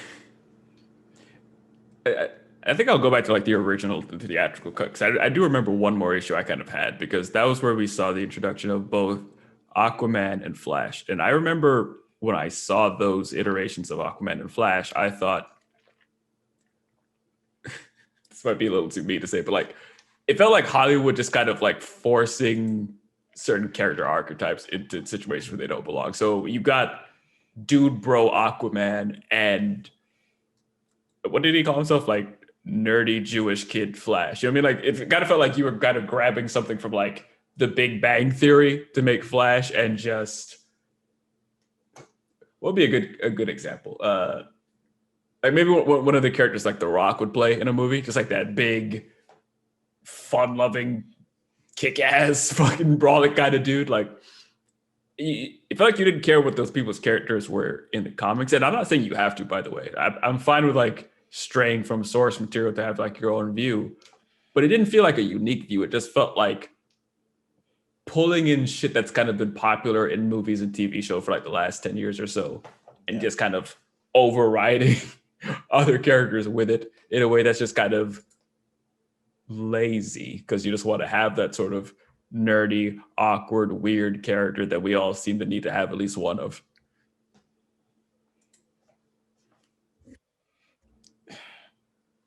And like I said, it happened in the original and it happened in the Snyder Cut. Even worse. Worse yet, he's a creep now. He's a fucking creep. Yeah, he is. He's I guess you want to hop into your favorite scene fucking there? Yeah. The most funniest and the most disturbing scene ever seen in a comic book movie was the introduction to Flash. So before they just introduced Flash, just going to see his father. And, you know, talking about he still didn't get a job and his father's like trying to encourage him and stuff like that and all that. That was cool. You know, then he runs into Bruce Wayne, who reveals himself to Flash. Yo, come on, Bruce. You're better than this. You know, just like openly do this shit like that easily. But okay. Whatever, Bruce. Anyway. It shows, you know, Barry Allen going to an interview at, I guess, a what was it? Sort of pet supply shop? Yeah, was it like a dog shop or something? I don't know. Trying to get a job. Yeah, actually, I guess he must have bought dogs there because there were puppies there. So, but yeah, pet shop, I guess.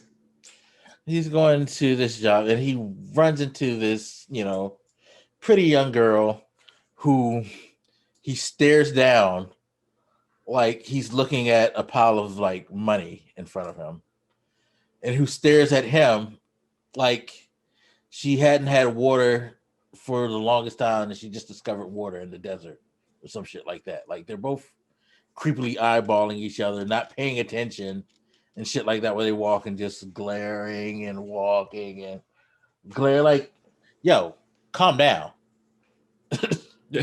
If you saw these, you'd stop me like, look, I don't know if y'all about to fight what happened between y'all, but like, not here. Right. Like either they're going to fight or they're going to fuck on the spot because they were just seriously eyeballing each other. This is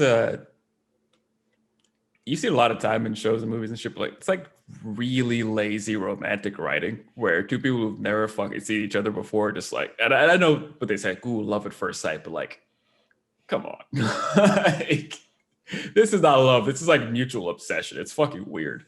And it, you know, we talk about Flash, but she's acting the exact same way, which is to me just as problematic, where it's like, I mean, neither of these people are ugly or anything, don't get me wrong, but what are you doing? You've never seen a motherfucker look anything like this anywhere? And the slow-mo didn't help. By the way, no. Way too much slow-mo in this movie. Yep. But slow-mo didn't help. And the music. The fucking theme music. Oh my God. I can't believe I forgot to say that for the Wonder Woman section because it drove me fucking crazy.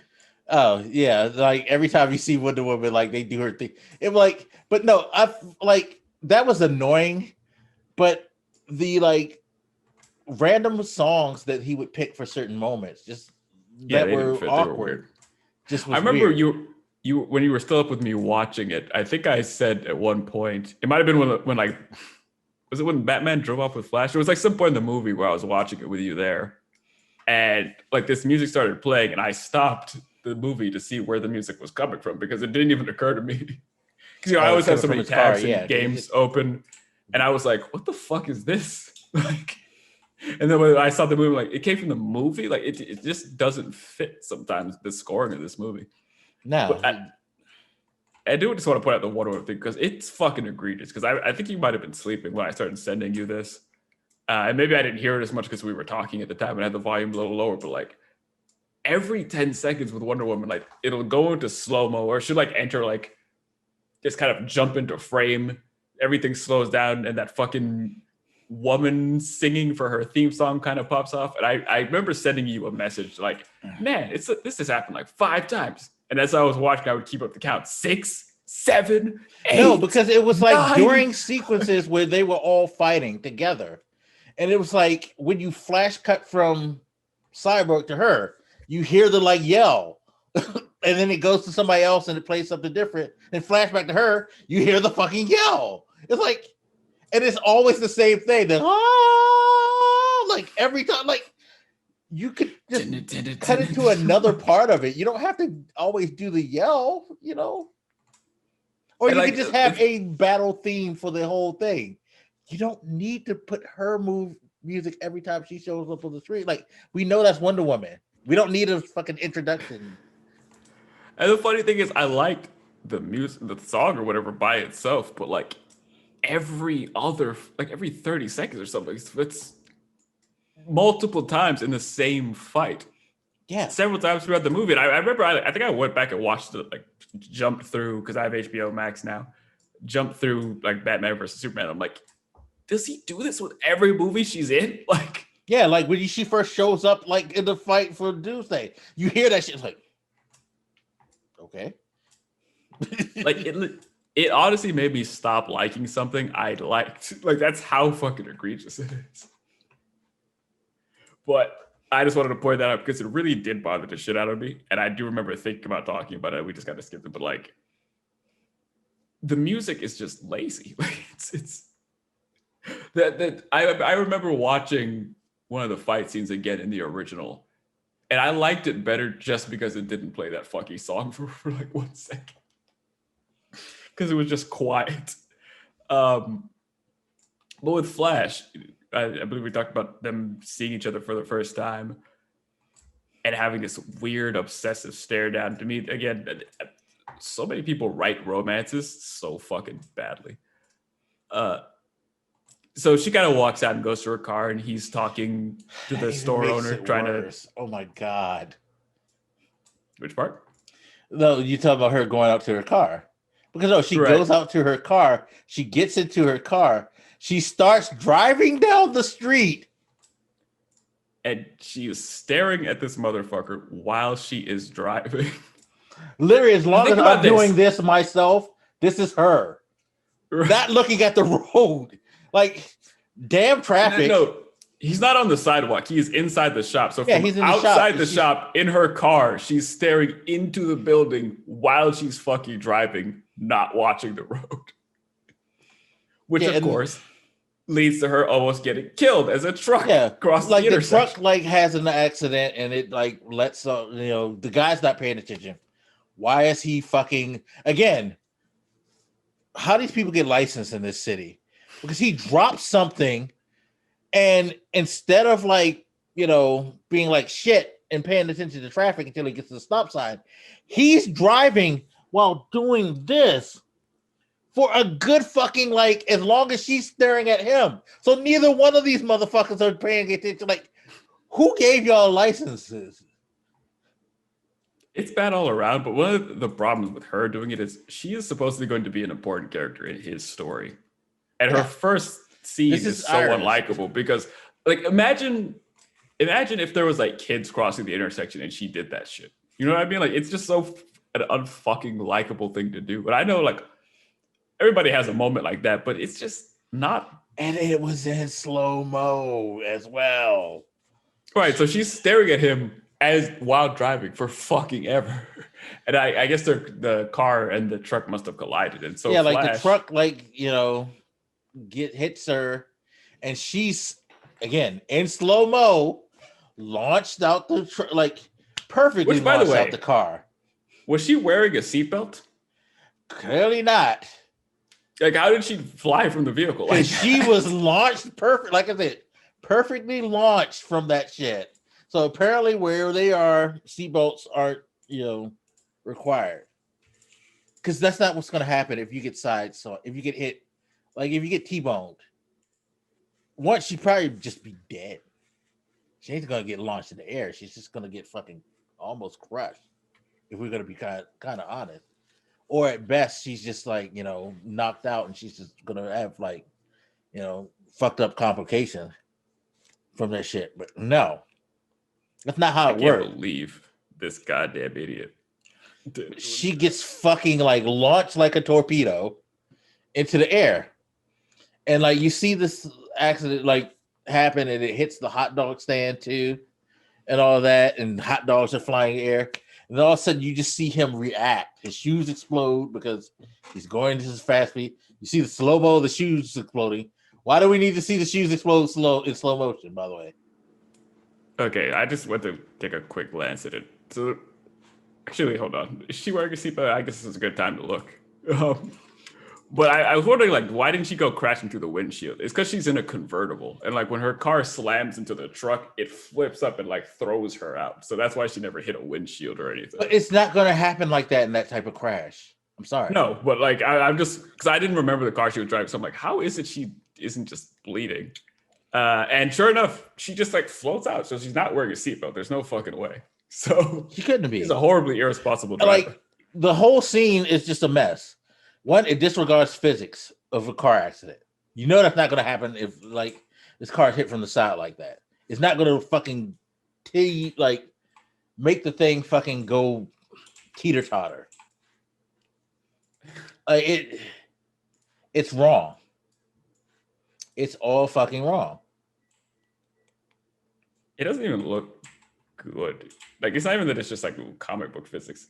Does this car even have seatbelts? Like how is she? I don't even see seatbelts in this vehicle. Like I don't even know. How's this a street legal car? I'm sorry. Anyway, yeah. First, and the music that's playing, this like weird, slow. I don't know if it's supposed to be romantic music. It's just weird, comfortable. As soon as the rescue, I guess, starts. Yeah, no. Hold on. Let's go beat by beat. You probably should answer your door, by the way. Oh, was that me? Okay, I thought that might have been the movie. Oh, you know what? It's just food. I'll grab it in a second. Okay, but let's just like quickly go beat for beat. Like he starts to run, shoes explode. He sticks his finger out to shatter the window instead of just running through it, because I guess that makes a big difference. If he hold on, just his weird hopping he's doing after his shoes explode. Like his shoes explode and he's like doing this like weird moon hopping thing as he moves on his bare feet.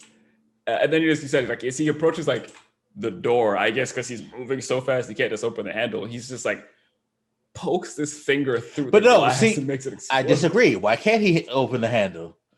And we'll get to why he should be able to open the handle, because he's outside, he's running towards her, he's about to go grab her. Why couldn't he open the handle if he could first stare into her eyes like longingly, raise his hand, play with her hair like a fucking creep, then go, oh, wait, before I catch her, I should grab these hot dogs, because these hot dogs will help like with these dogs. This will be my like explanation of why I'm in a wrong place, I guess. I don't know. Or maybe he was hungry at the moment. I don't know.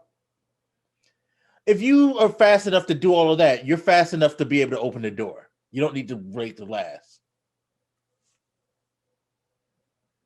There's so many things there just to touch on. I'm like, so yeah, there's and anybody who watched this, I implore you to go back and watch this scene. He's like in this, he sees her on the verge of death. And so he's in this huge rush to get out there and save her. And then all of a sudden, when he gets close to her, moving at super speed, obviously, he just slows the fuck down to like enjoy the moment. And, you know, as you mentioned, he's like caressing her hair, moving it out of her face, smiling at how beautiful she is. And I'm like, bro, you just acted like the urgency, you know, time was of the essence, super urgent. And now you're acting like you have all the time in the world and you're using it to caress somebody who's not a willing participant in any of this, which is already a huge problem to me, especially given all this shit that, you know, Whedon is in trouble for. Apparently, it's like it's, and you know all this shit going on in culture. I'm like, this is just weird how nobody seems to notice that this is a problem. That he's just like, it wasn't something that people actively like harped on after this like movie came out. Like, why isn't this an issue? It's an issue. It's the first thing I thought about when he did that. I'm like, bro, you were still awake. And I was mentioning like, he does not know her. Like, he can't just touch her up like this. This is. And by touch her up, I don't mean like he was like groping her or whatever, but he was like touching her face, moving her hair, like nothing that was required to save her life. You know what I mean? Yeah. And I'm sure somebody looks at that and think, oh my gosh, so romantic. It's not romantic at all. And again, I assume romantic music because I don't remember the lyrics, but this like slow music is still playing while this is happening. And it's like, this motherfucker has no boundaries here. And then as he's doing this, he goes to grab the hot dog that he will later use. It's like, I think I ranted about the scene to you for like 30 minutes. Like I stopped mid-movie. You know, I was like, I can't ignore this. And so if he's at your point saying he's a creep, because he is, like, he was more concerned with like touching her unwillingly than just saving her life. And then he has this sort of, I guess he eventually finally decides to save her. So he like slowly puts her hands together to catch her. And then he like rests her gently on the ground, right? Yeah. And again, here's the thing with secret identities. He just stands there and lets her see his face after he did this for no reason. He did not have to do that at all. So I don't know that she knows like that he's like Flash works. I don't think people know what a Flash is in this world yet. But she's clearly looking right at him. They make eye contact for like a long time. And then he finally runs away. So she knows something is up with this motherfucker. Nobody cares about secret identities. Yeah. And yet they insist on having them. Like, yeah, because he makes a point of like denying anything to Bruce. Like, oh, Bruce sees his like suit. Like, oh yeah, that's just something like he said something random about it. That makes absolutely no sense. Which it's just like, yo, dude, none of this makes sense. Why are you doing this? He makes the point that it's like made out of some dumb material, which I'm trying to figure out if I want to mention that before, if there's anything else to talk about it with this slow motion scene. I just think it was awful in so many ways. But in that scene where he's like interacting, actually it's the perfect segue because after he saves this chick's life and he runs away with the hot dog, he goes back into the shop and is just like hanging out with the dogs. And he's like, yeah, I always keep a fucking piece of meat in my pocket just in case, you know. I'm like, Flash is an idiot in these movies. Like, he's really, really fucking stupid. He makes up the dumbest excuses when he doesn't really have to. Yeah. I mean,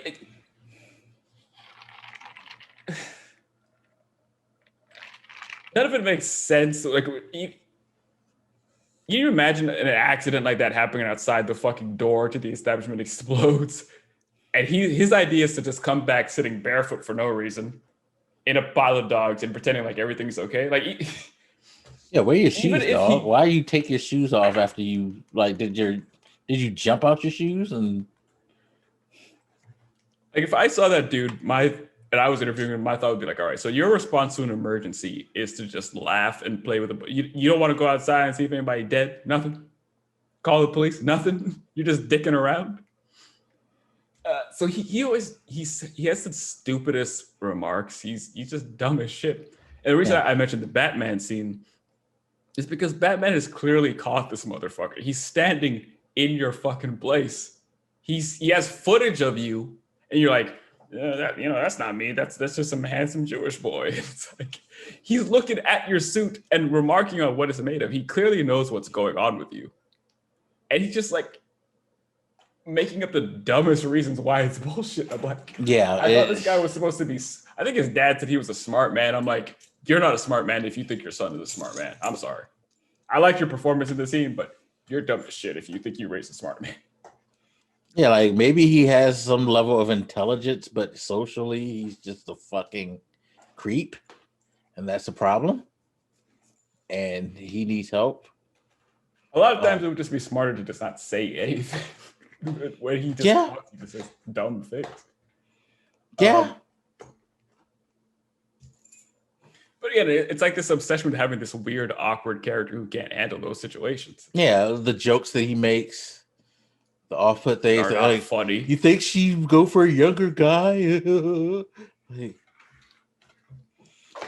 It's like y'all keep saying like Josh Whedon was the creep who did all this shit. And it's like that scene where they're getting ready to exhume Superman's body, and he makes that remark about Wonder Woman.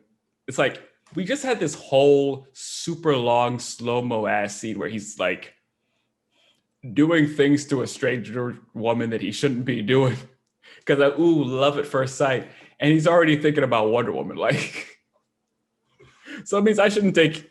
I mean, I already didn't take his love at first sight kind of gimmick seriously, but it's like you just gotta shit all over that by having him do that.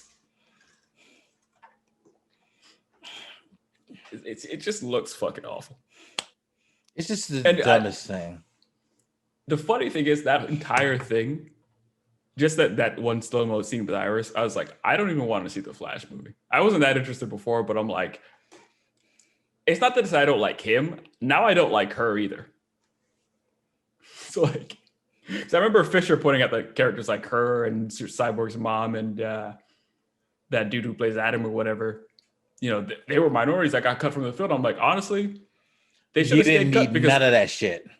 All this did was make me dislike them. Not the scientist. He didn't really do much in this movie, but like, no, and it was a dumb reveal because honestly, unless you know that version of the Atom, you like no. Like, yeah, it wasn't that big of a deal. Like, ain't like nobody's super standing for the Atom. Who is standing for the Atom? I mean, I don't mind his inclusion because it's just like a little background thing. But like, when this argument came up, I remember saying way back before the Snyder Cut, I was like, given the length of that movie and all the shit you guys did in it, if any of those characters showed up, it would be like 10 seconds a pop.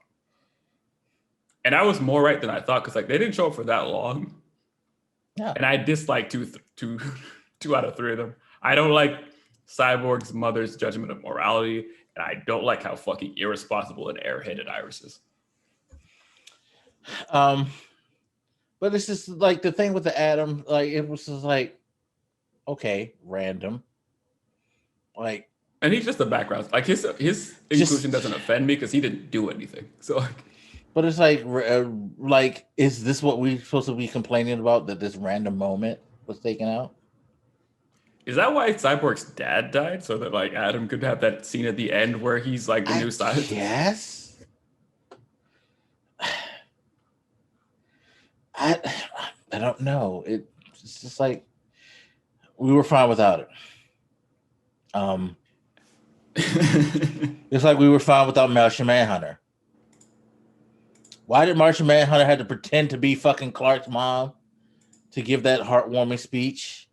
Even though they had a heartwarming speech done by his real mom in the original. Like, why was it more important to have this version of it than the real version?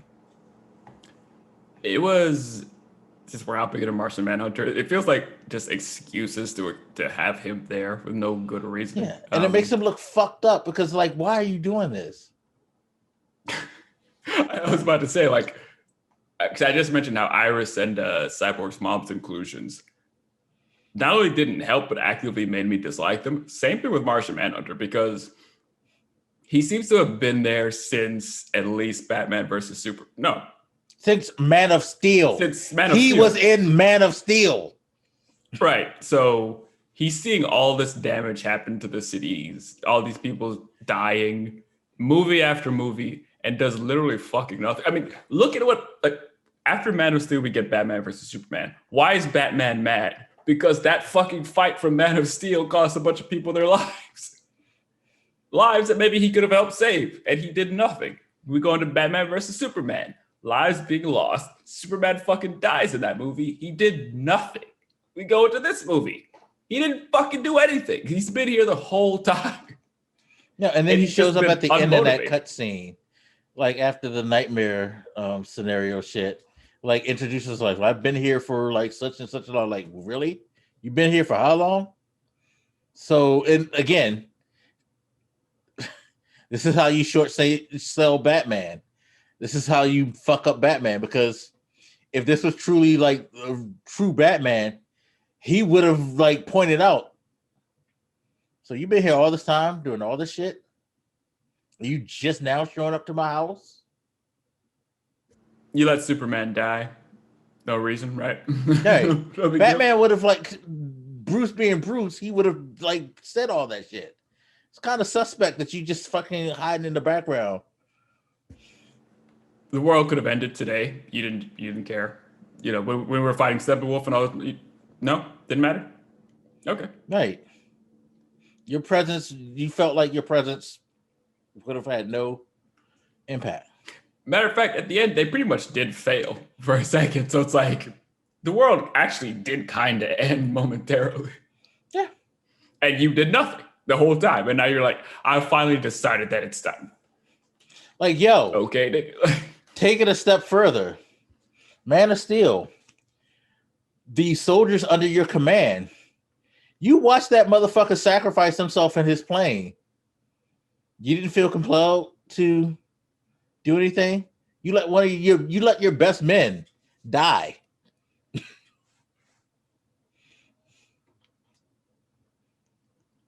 Couldn't lift a finger.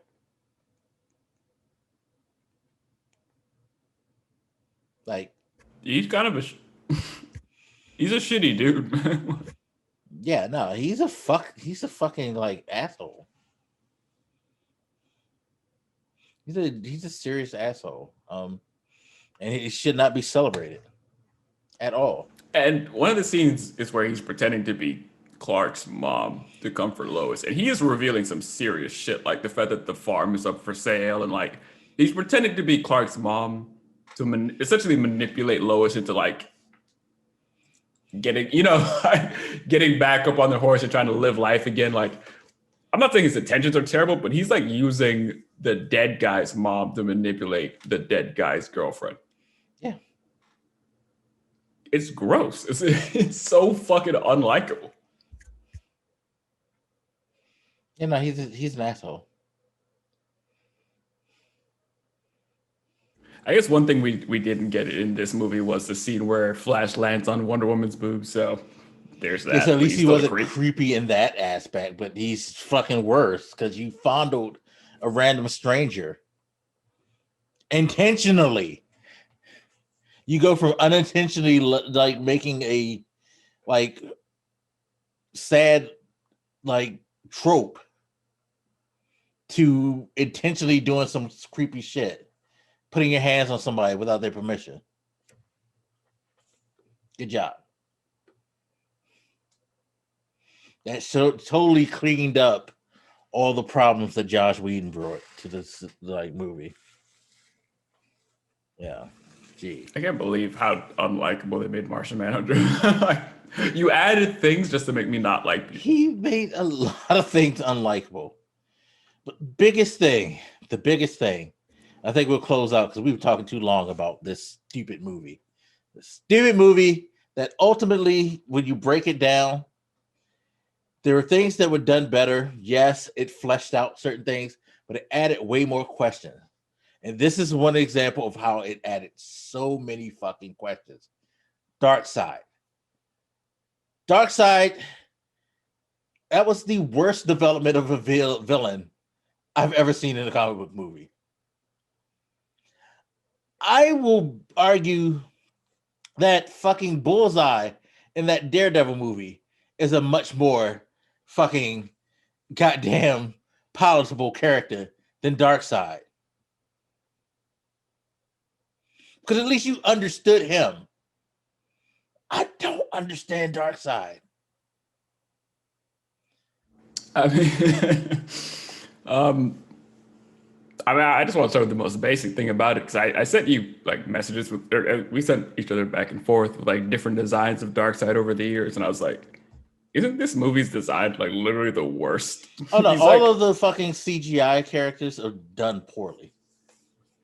but he's like this weird gray gorilla, which a lot of them everybody are. is So is just, Steppenwolf. all of them. They're this weird animalistic, like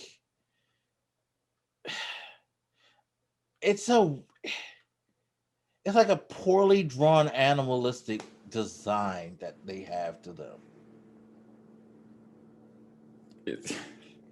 So that was the most minor point I want to make. It's like his design was just like lame. Yeah. That's the term I'm looking for. They're like, somehow he's made these like CGI characters have an uncanny valley feel to them as well.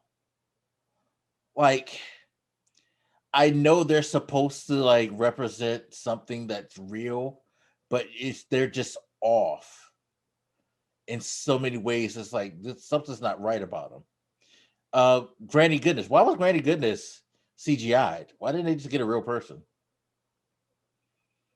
She looks awkward. Yeah, she was CGI'd. You can kind of tell because she didn't move right, and her face just like looked like the characters from Detroit become human. I didn't pay much attention to her, but I think the thing with me that bugs me is like it feels like a lazy design too. And I'm not trying to shit on the artist, but it's like there's a certain regal aspect to the way Darkseid carries himself. And here he's just like this hulking generic monster thing. Which I guess, you know, it's kind of standard too, because I felt similar toward Doomsday, where it's like, yeah, he's just like this big gorilla thing. He doesn't really look distinct. Yeah, no, there's something about he like you say, he has a regal like aspect to him. He carries himself, and it's not just the visual fact that he looks like a gorilla, but he acts like he's way too animalistic in his behavior as well. That's why I say it's more of an uncanny valley. It's like you don't seem real, you seem off. Because he walks around as if he is the supreme ruler, like the conqueror of planets and things like that. It's funny because before we started recording, I saw somebody post a meme that had like a picture from the Superman animated series where Darkseid like grabs Superman's cape and Superman's trying to walk off. And it reminded me of the full scene because it's just like it's a conversation like Superman and the Darkseid is having after fighting, and Superman's like basically, you know, after he says what he says, he's going to walk off, and Darkseid's, you know, standing like Darkseid usually stands with his arms behind his back, and as Superman goes to walk off, he just like grabs his cape really quick, and like in a calm manner, just like, nah, we ain't done yet. You know, that's him. Like he has this real fucking menacing quality to him where he's like a very calm, like kind of he's calm, he's measured, he speaks in like a very authoritative tone without like trying to like be menacing, like, but you get the sense that he's a menacing force. You don't get this in this movie. The iteration in that animated movie Darkseid, where I think it is, you see the scene where like, you know, hands behind his back, he's like flying in, standing straight up. Like he's not even like flying forward like Superman. He just kind of floats in with like these forces behind him. And he says something like, I am entropy, I am death. He's just kind of like You get this sort of like it sense of impending doom as he's kind of lowers toward the ground. Yeah. Of course, in that movie, he pretty much fought the League. I mean, he obviously had his henchmen, but like he was fighting them almost single-handedly. Even as they stabbed his eyes out, he was still trying to kill them. So it's like the confidence that comes with being pretty much unbeatable, unless you're Superman. It just lost on this guy. He doesn't carry himself that way. He doesn't look that way. I think we got a little bit more to the scene where they talk about Darkseid first coming. Actually, I don't even think we had that scene originally, did we? Where like Darkseid was on the Earth. No, Darkseid was never in the Steppenwolf original movie. He was mentioned because Steppenwolf was there, but they didn't really do much with him. This movie, they added him in, and made him a bitch. Like Darkseid comes to Earth, finds the anti-life equation, gets beat down, killed by almost killed by fucking Ares of all people, and runs with his tail between his legs. The explanation with the Superman voice thing, so stupid. So Darkseid had been to Earth. He brought the mother boxes. He found the anti-life equation. Got beat by the old gods and Earth's beings. Went back to fucking Apocalypse, like a bitch after he got hit by Ares' axe.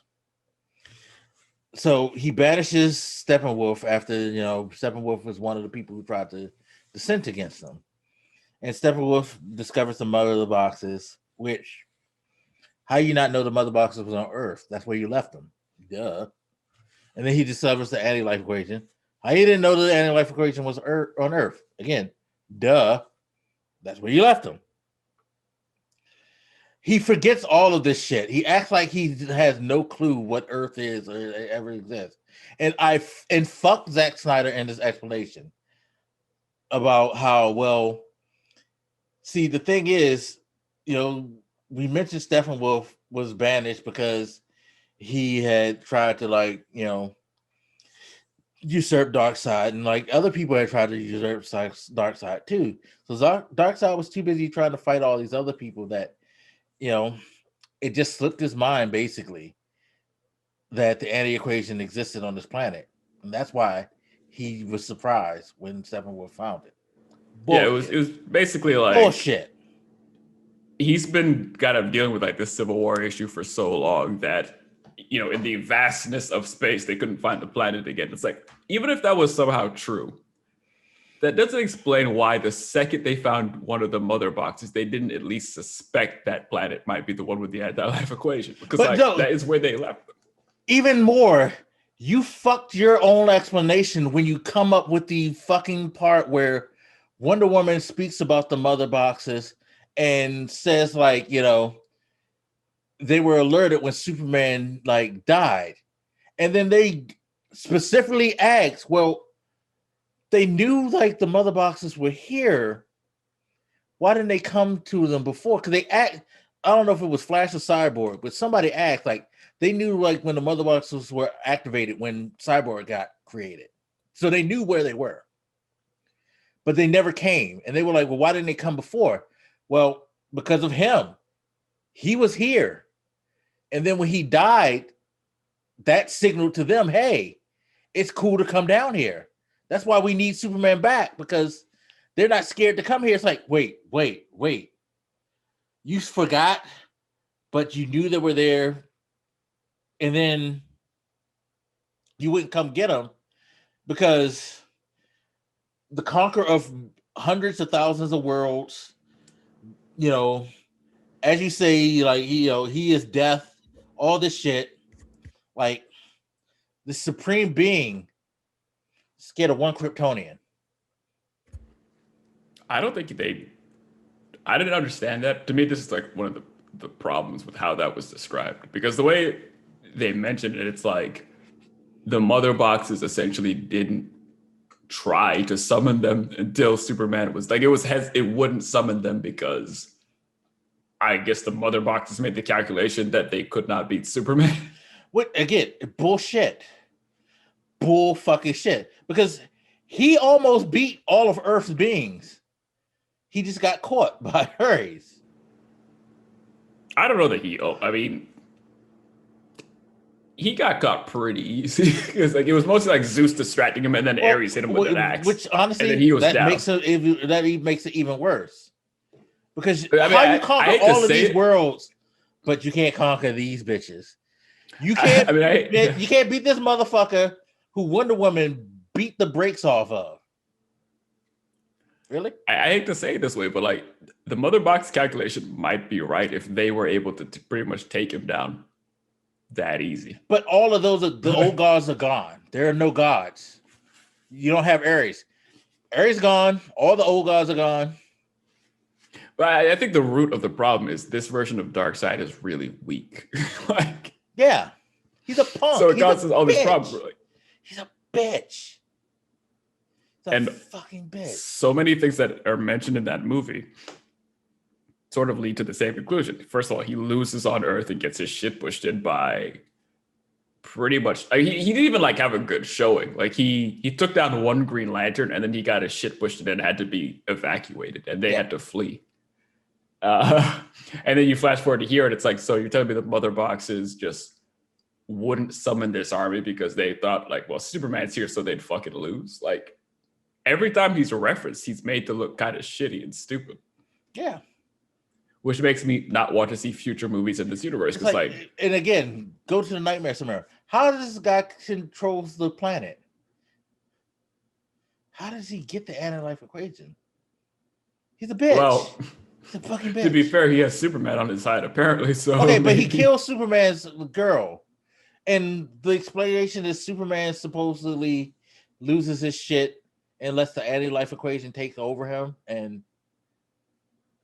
I would think if he made him lose his shit because Darkseid killed his girl, wouldn't he just kill Darkseid? I'm not saying it's rational, but as far as like physically how go he to could the original the Injustice shit. You know, Joker tricks him into killing Lois. Eventually, he murders the fuck out of the Joker. I mean, not eventually. He went and did it. It was like the first thing he did. Drove his hand right through Joker's chest. So wouldn't that be the same scenario with Darkseid? And it's clearly easy for him to do so since Darkseid was that scared to come after like his shit because Superman existed. So why would you do something to piss this being off that you're scared of? None of this shit makes sense. That's my point. It's like, I don't know that he's afraid. I don't know that it's said that he knows about Superman. Then who stopped him from coming because Superman was there? Was Somebody stopped him. The Darkseid? boxes did not activate until Superman died. But no, they say that they knew that Superman was here and that she literally said they didn't come for it until he died. When she's having that the conversation, boxes did not summon them until he died. No, she says that they wouldn't come for the boxes when he died. She didn't say the boxes didn't summon them. She said like because they asked her why would they come get the boxes, and she was like because of him, because he was there, and that's why they didn't come. She literally honestly, if this movie wasn't so fucking long, I'd love to find the scene again, but it's like, she said that, and when she said that shit, I was like, what? Why would you fuck him? When you try the planet of gods and fucking super beings, why would you try one man? To me, this is also, and I know we got to skip him as a character, but it's part of my issue with Superman, especially in these movies where it's like, your entire premise to this movie is you're going to fail unless this one guy is here, which makes you all look lesser, I'll say. Yeah, it actually exacerbates the one thing that I've always had an issue with Superman, because I've always said that to people, like, why I wasn't huge on Superman. The fact that this guy has been like constructed as this thing that's so powerful that it's generally hard for him to fail, on top of the fact that he's always going to do the right thing anyway. So it's not like you're going to get a Superman who's going to like not do the right thing and that's going to ultimately fail because there's nothing around that can beat him. When, again, you go comic books, Darkseid can beat him. Darkseid has beaten Superman. Darkseid is like only been beaten by Superman with the help of others in a lot of instances. You know, it's kind of a stalemate. But in this instance, Superman is he's the epitome of the Jesus like figure that he's made out to be.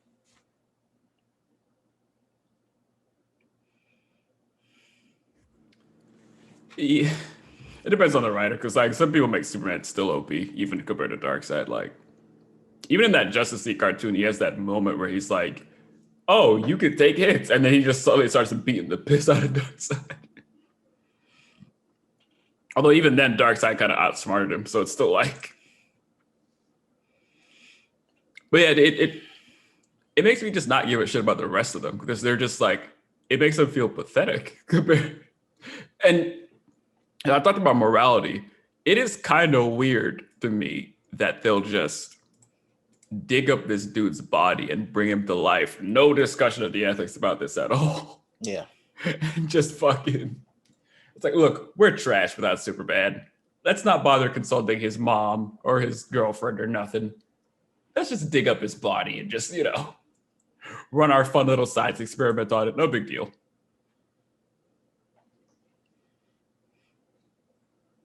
Yeah,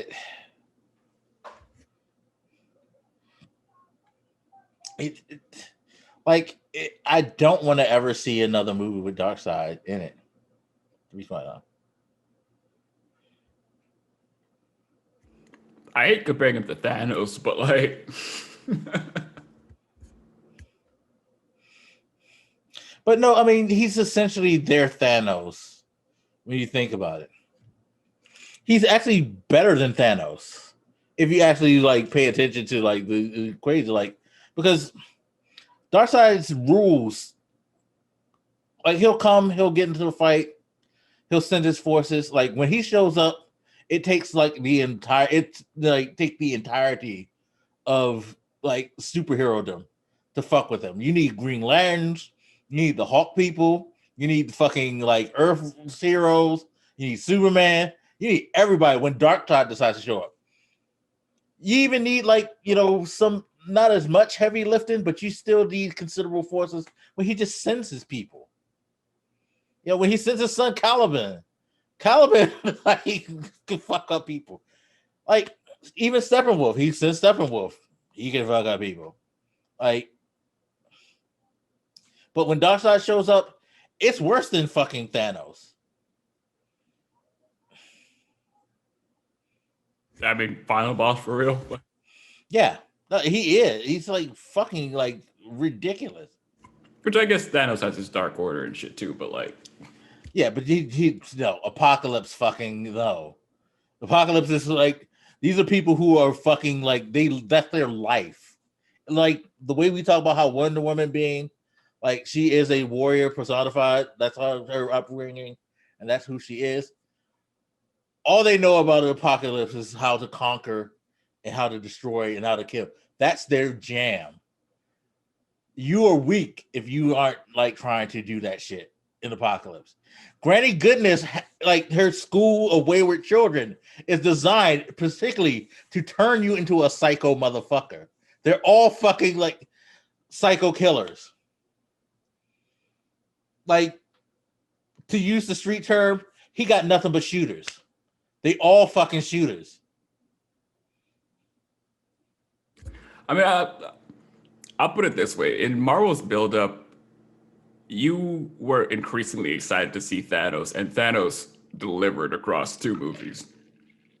And to your point, I just don't give a shit to see Darkseid. Like, he's very unimpressive here. No. Which, again, is yet another thing you added to this that wasn't in the original that now I don't want to see. Yeah.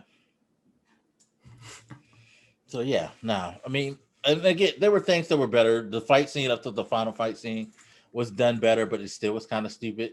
I hated that they fucking had Flash reverse time. The improvement to the ending fight scene to me was that you didn't have the extra bits of the citizens in the surrounding area Yeah. to deal with, because it felt kind of like this weird sidetracking. Yeah, So no, it was just a more focus on showing the heroes in action. right. But yeah, they fail, and then Flash uses his ungodly speed to essentially reverse How did he time know a how few to do seconds to that? fix How it. did he know to do that? Because he's a genius and he knows physics. I don't know. Like, how did he know that, oh, I fucked up and I didn't do what I was supposed to do on time? Let me go ahead and do a redo.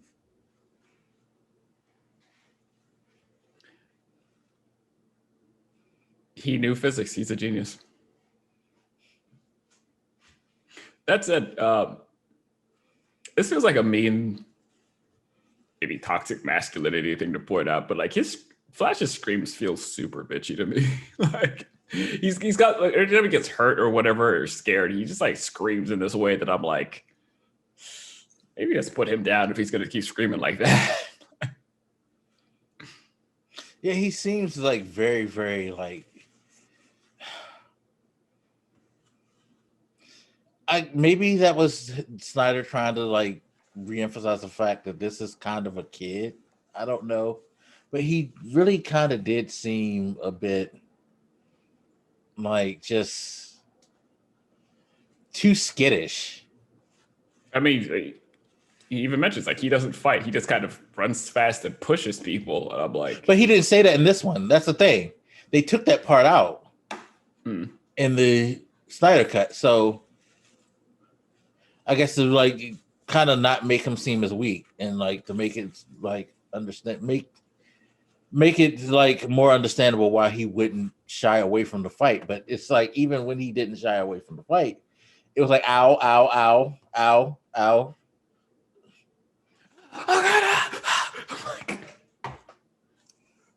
like, bro, you could probably just like phase through them and like melt their brains. Relax. Yeah. Or at least die a little less bitchy. Jesus Christ. It was just the movie's all over the place. The writing, again, sure, it flowed better. You had 4 hours to seem to like to sew together this, so it should flow better. But again, for all the questions that you thought you might have answered, you added a lot more to me, and that just does not make it good. Also, I mentioned how I dispute the fact that there was only one scene shot. The reason I say that is because of things like the Martian Manhunter scene. He wasn't intended to be in that movie at all.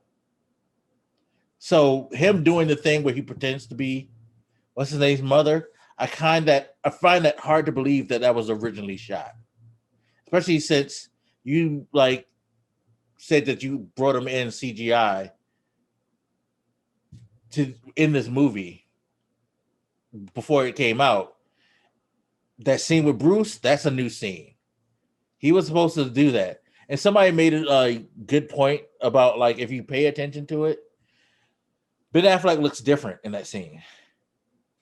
He looks different than what he looked in like most of the movie. Because he was going through alcoholism during the filming of it originally. And he looks a bit healthier, they said, in that scene. So go. Like in real life? Yeah. Mm-hmm.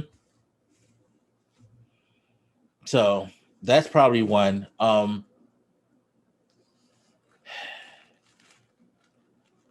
Those are probably the like standout reshoots that I think, but I'm sure there was something else that was reshot. I feel like there had to be other stuff that was reshot in that. And of course, we know the CGI moments with Darkseid and all that. None of that shit existed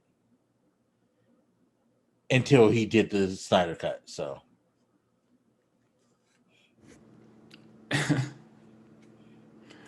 yeah, I've just heard that line, but it's like I guess it didn't matter to me either way, because it's like even if they did exist, to me that tells me you didn't plan to make a 1.5 hour movie. That's already your problem. So yeah, and they were supposed to. They told him to keep it to 2 hours, so he clearly was going to buck against them. And I feel like that's part of the reason why they weren't upset that he had to leave, because he clearly had no intention of doing what they asked him to do in this whole process.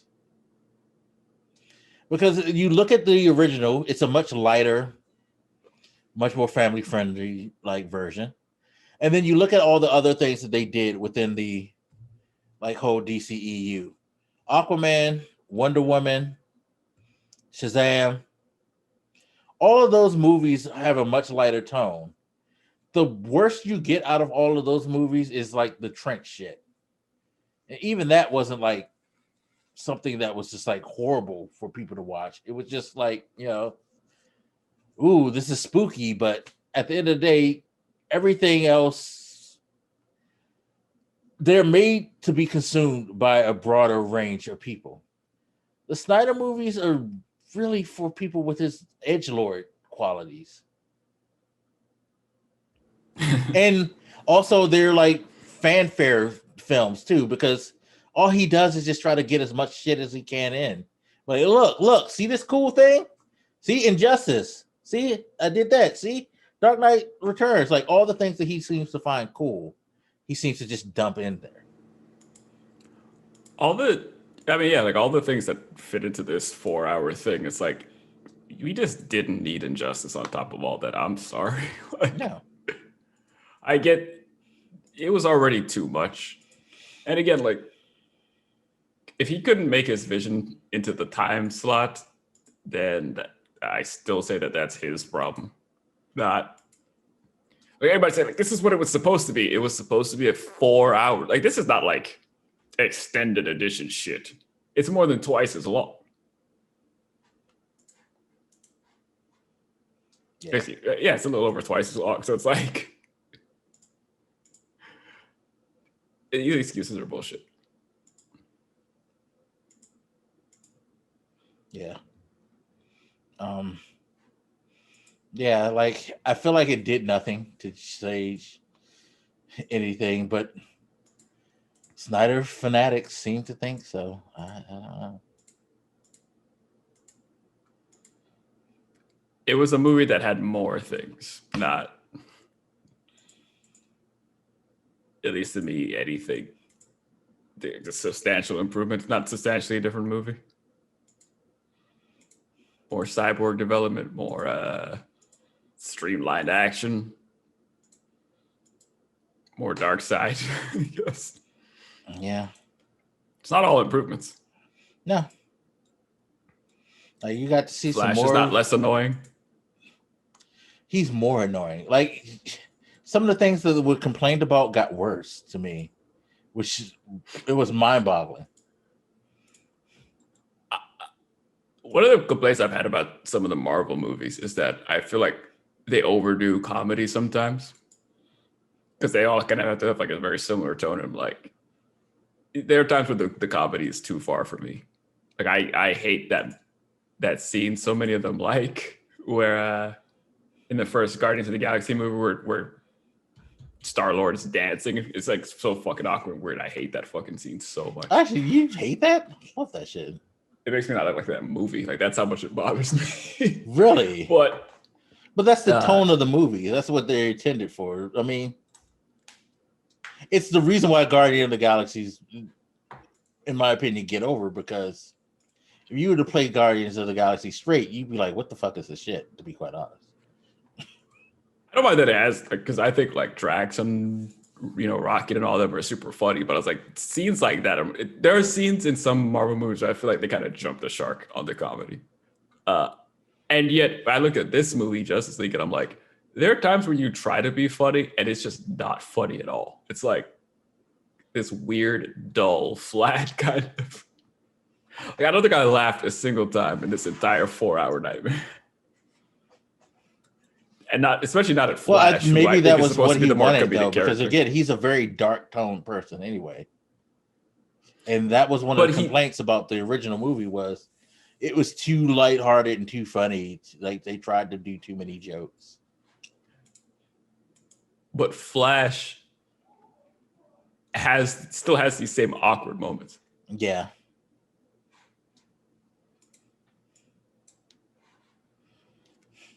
I don't know. I think it works for the Marvel movies for the most part because they did not know about it. I just found that scene. They did not know about it. The box called to Steppenwolf after Superman dies. Because it's Batman describing it, because he's like, Cyborg's dad activated the box that he used on him a year before, and yet nothing happened. And he's describing that the box didn't call out to Steppenwolf until Superman died. So they were not aware. They did not get any summons until that happened. That makes even less sense. Well, my only point is, like, it's not that they're bitching out against Superman. They don't know where the boxes are until Superman dies, which is why they show up then. You know what? Counterpoint. End of Batman versus Superman. Fucking Lex talks to Darkseid and says that, and then you see him going crazy, talking about he's coming. He's coming. They knew those boxes were there. Oh, okay. Look, we're gonna start bringing into other movies. Every time you find a way to fucking try to fix it, you start to think, if you think hard enough, you find a way how they break it anyway. Look, it's already hard enough to keep it straight in one movie. Don't do this. Don't bring in others. He broke it anyway. Because Lex is in the insane asylum and like the fucking shit calls out to him and he's like talking to people, talking about he's coming. He's coming. And then Lex, I guess, seems to forget at the end of Justice League that Darkseid's a thing, because in the original, he's talking about forming his own league with like fucking, Deathstroke. But in the remake, he's giving Deathstroke information of who Bruce Wayne really is, so he can kill him.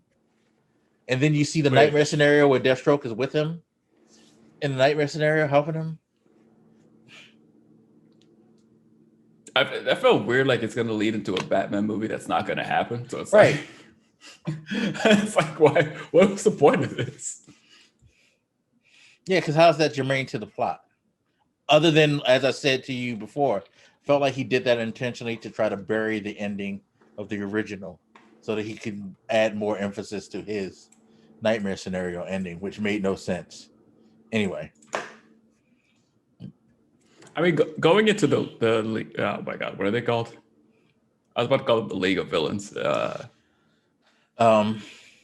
Legion of Doom. Well, that's a Legion. Yeah, League of Villains is a My Hero thing.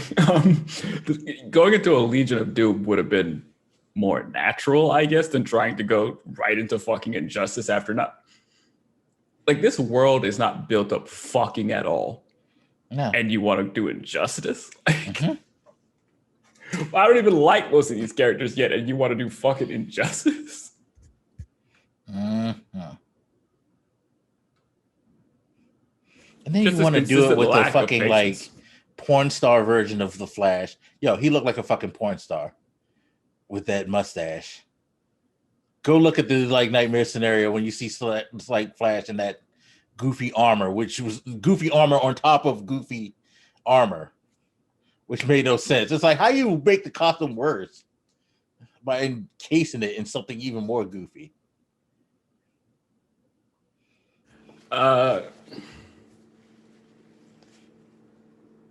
He wants to have the moments, but he doesn't want to do the work, because it's like, so we went into death of Superman, rebirth of Superman, and then what?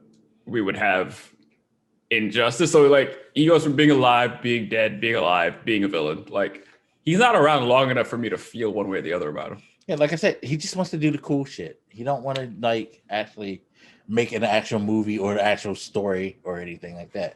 He just wants to put as much cool shit on screen as possible. People cried when Iron Man died. Like, I can't imagine being sad when this fucking, if something bad happens to this Superman, because it's like, I remember watching Batman and Superman going like, why the fuck are you killing Superman now? I was confused. I feel like people mention like the dream scenario scene, because it's like, oh, we got Joker, and like, sure, their interaction is fun, I guess, but like, yeah, I don't know. It was unnecessary. Like, it's interesting because that's how Batman and Superman go. But if you really break it down, it's like,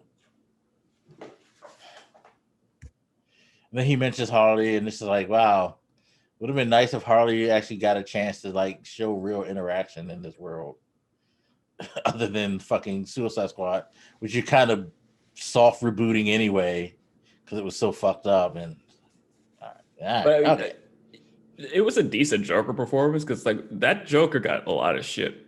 Some of it deserved, but like we never actually got to see him.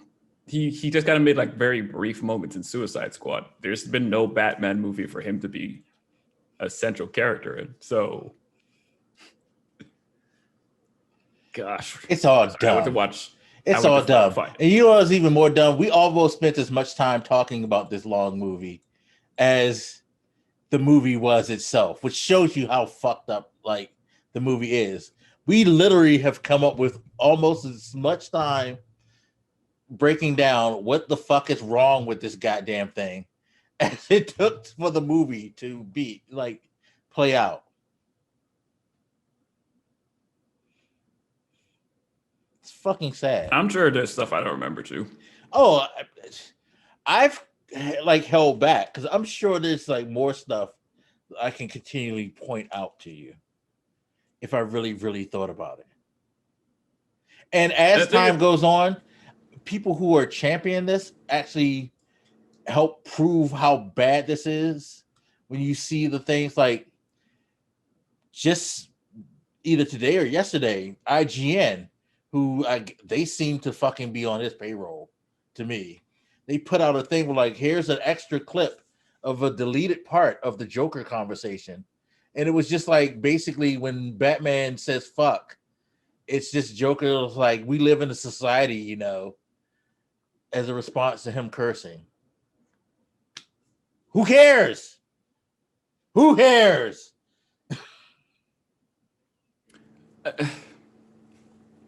I would have. It's not like I would have been mad if it was good or great. And it's like some things are worse, some things are better, but it's like it's not a vast improvement. And I can't understand you guys who hated the original and loved this. And I also don't understand people who shit all over Whedon. And I'm not defending Whedon because I like his work or anything, but it's like, so all you motherfuckers who shit all over Batman versus Superman, and I'm pretty sure that was a Snyder work. It's like y'all thought that was trash, but somehow Whedon is the reason Justice League was trash. Yeah, like there's no logic to this complaint. None at all. But that's where we sit, and now we're gonna have to listen for a while until people get over it. The whole restore the Snyder Cut shit, which. Meh. Sure, whatever. The Snyderverse, which I'm sorry, yeah, restore the Snyderverse. Sorry. Which there really was none, because even he doesn't acknowledge half of his universe, since he says that Batman versus Superman wasn't a part of it. This was supposed to be the beginning of his trilogy. Jesus Christ. One more thing. The black suit, that feels like yet another thing that's just because. Yeah, because it didn't really substantially change anything. It just satiated fanboys' demands. He should have been in the black suit. Like, okay, well, it don't really matter. But all right. And why does he have the black suit? Why? In the scene where he comes back, you hear that speech between like his fathers, you know, like John, his Earth father, and obviously his father from Krypton, and talking about hope and all this shit. I'm like, all right, isn't the whole point of your original color shit, you know, the blue and red and yellow, like to be all bright and hopeful, and you come back in this fucking pitch black nightmare suit? Like, it didn't make sense given the way it was introduced. Okay, ironically, he did give a kick in this scene. I'm just kind of like, after I said Superman never gives kicks, he did kick that motherfucker. So I stand corrected. Who? Superman kicks Steppenwolf, but I'm like, oh no, he fucking brutalized that man. That was abuse that he did. Superman was very abusive in that scene. But yeah, like I don't hate the black suit. It looks fine, but it's like story-wise, it doesn't fit that he wore that, especially given the whole fucking thing in the story was without Superman, we don't have hope. And he comes in this pitch black suit. It's like a little color would have been a bit more hopeful. You know what I'm saying? That's all I'm saying.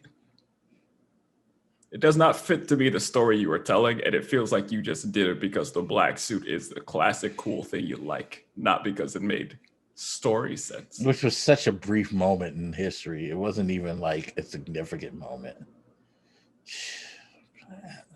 Whatever. Sure. Whatever. All right. But you know what? If you would have done properly, like the proper death of Superman and Rebirth, you know, maybe even had those fucking characters like Superboy and John Henry Irons, and like, then yeah, maybe you could have done more with the fucking black suit. But you don't have any patience. You just gotta want to get your shit in. So yeah.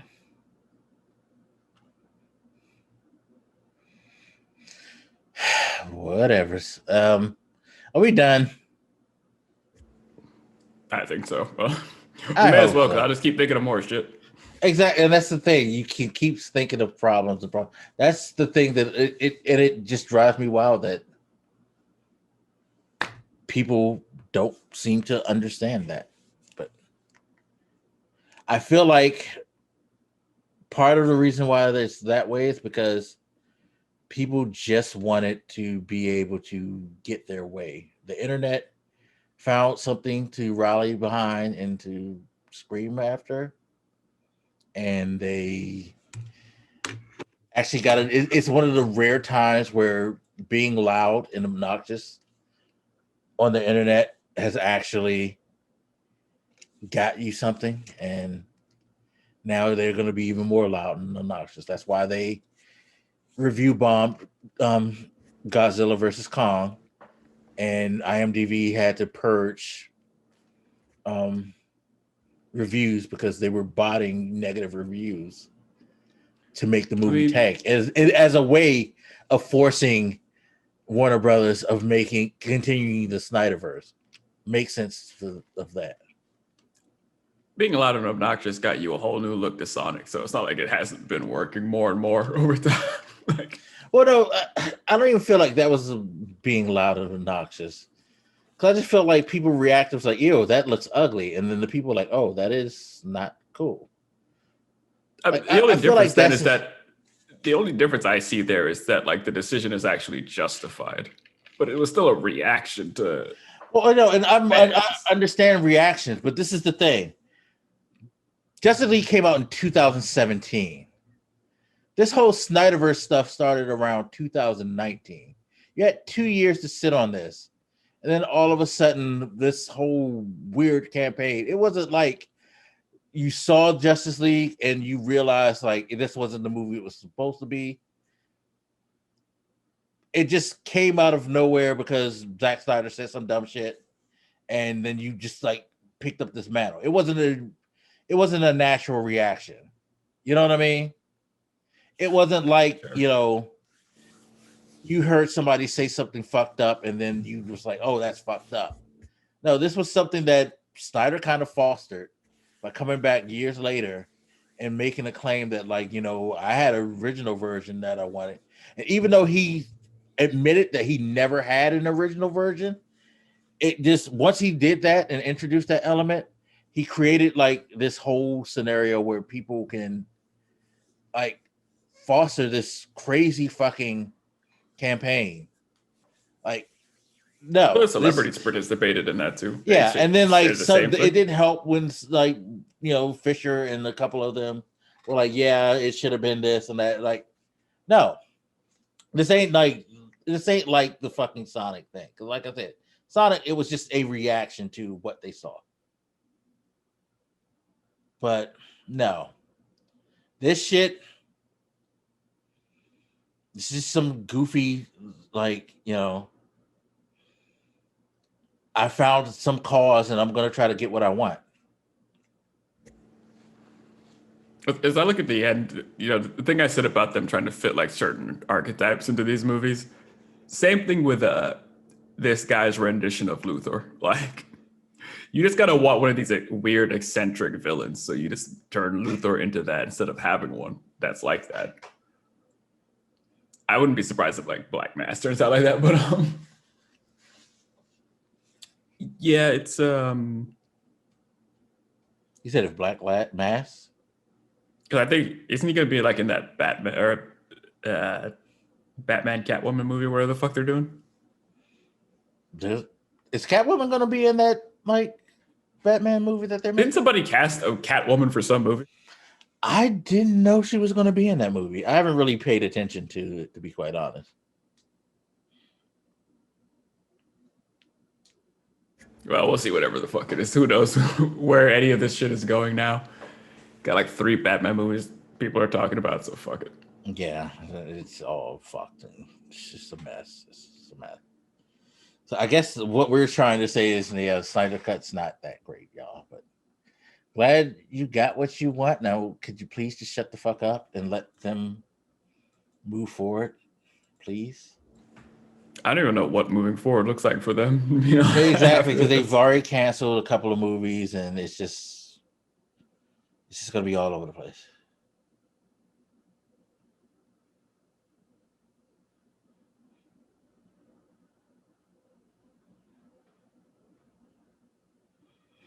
I don't know.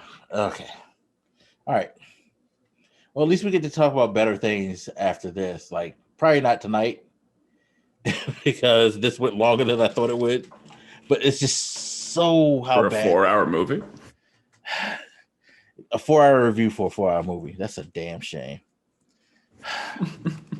That is a damn shame. There's a problem with like every scene. Yeah, it really is. It really is. That's sad. And this is supposed to be the better version. That's the sad part about it.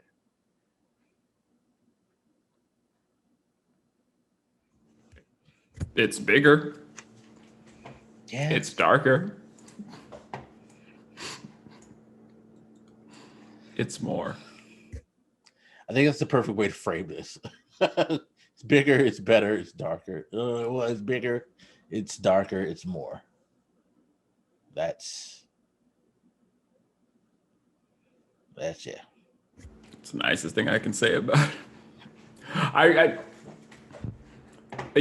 just can't understand like, oh, the whole Flash lights on Wonder Woman's breast, blah blah blah shit, and then he's caressing a strange black woman's face, and it's like, okay, nobody gives a shit. All right, that's cool. Yeah, you trade one problem for another. It's just... All right, shut up. I'm done with this. I'm done. I've said all I need to say. I'm purging this out of my life. I'm going to treat it like I have my name. Just forget it. Okay. I'm surprised you never said anything about that, by the way. Kudos to you. It's because I had the fucking movie up and I was like jumping around just as a reminder. I didn't see you. I'm gonna get off the medication so I can forget like Darkseid. So, yeah. Fucking, I forgot. Like, oh shit, like, man. Anyway, if you sat through this, I appreciate it. If you are a fan of the Snyder Cut and you sat through this, you are going to have a lot to say in the comments. So I look forward to the abusive comments to laugh at. But if you were able to sit through this like you were able to sit through the Snyder Cut, God bless you. You put in some work, and we appreciate it. Any last closing thoughts? Instead of Martian Manhunter at all, you could have just ended by having like Jon Stewart fly back to Earth. Like, what the fuck? That would have been way better.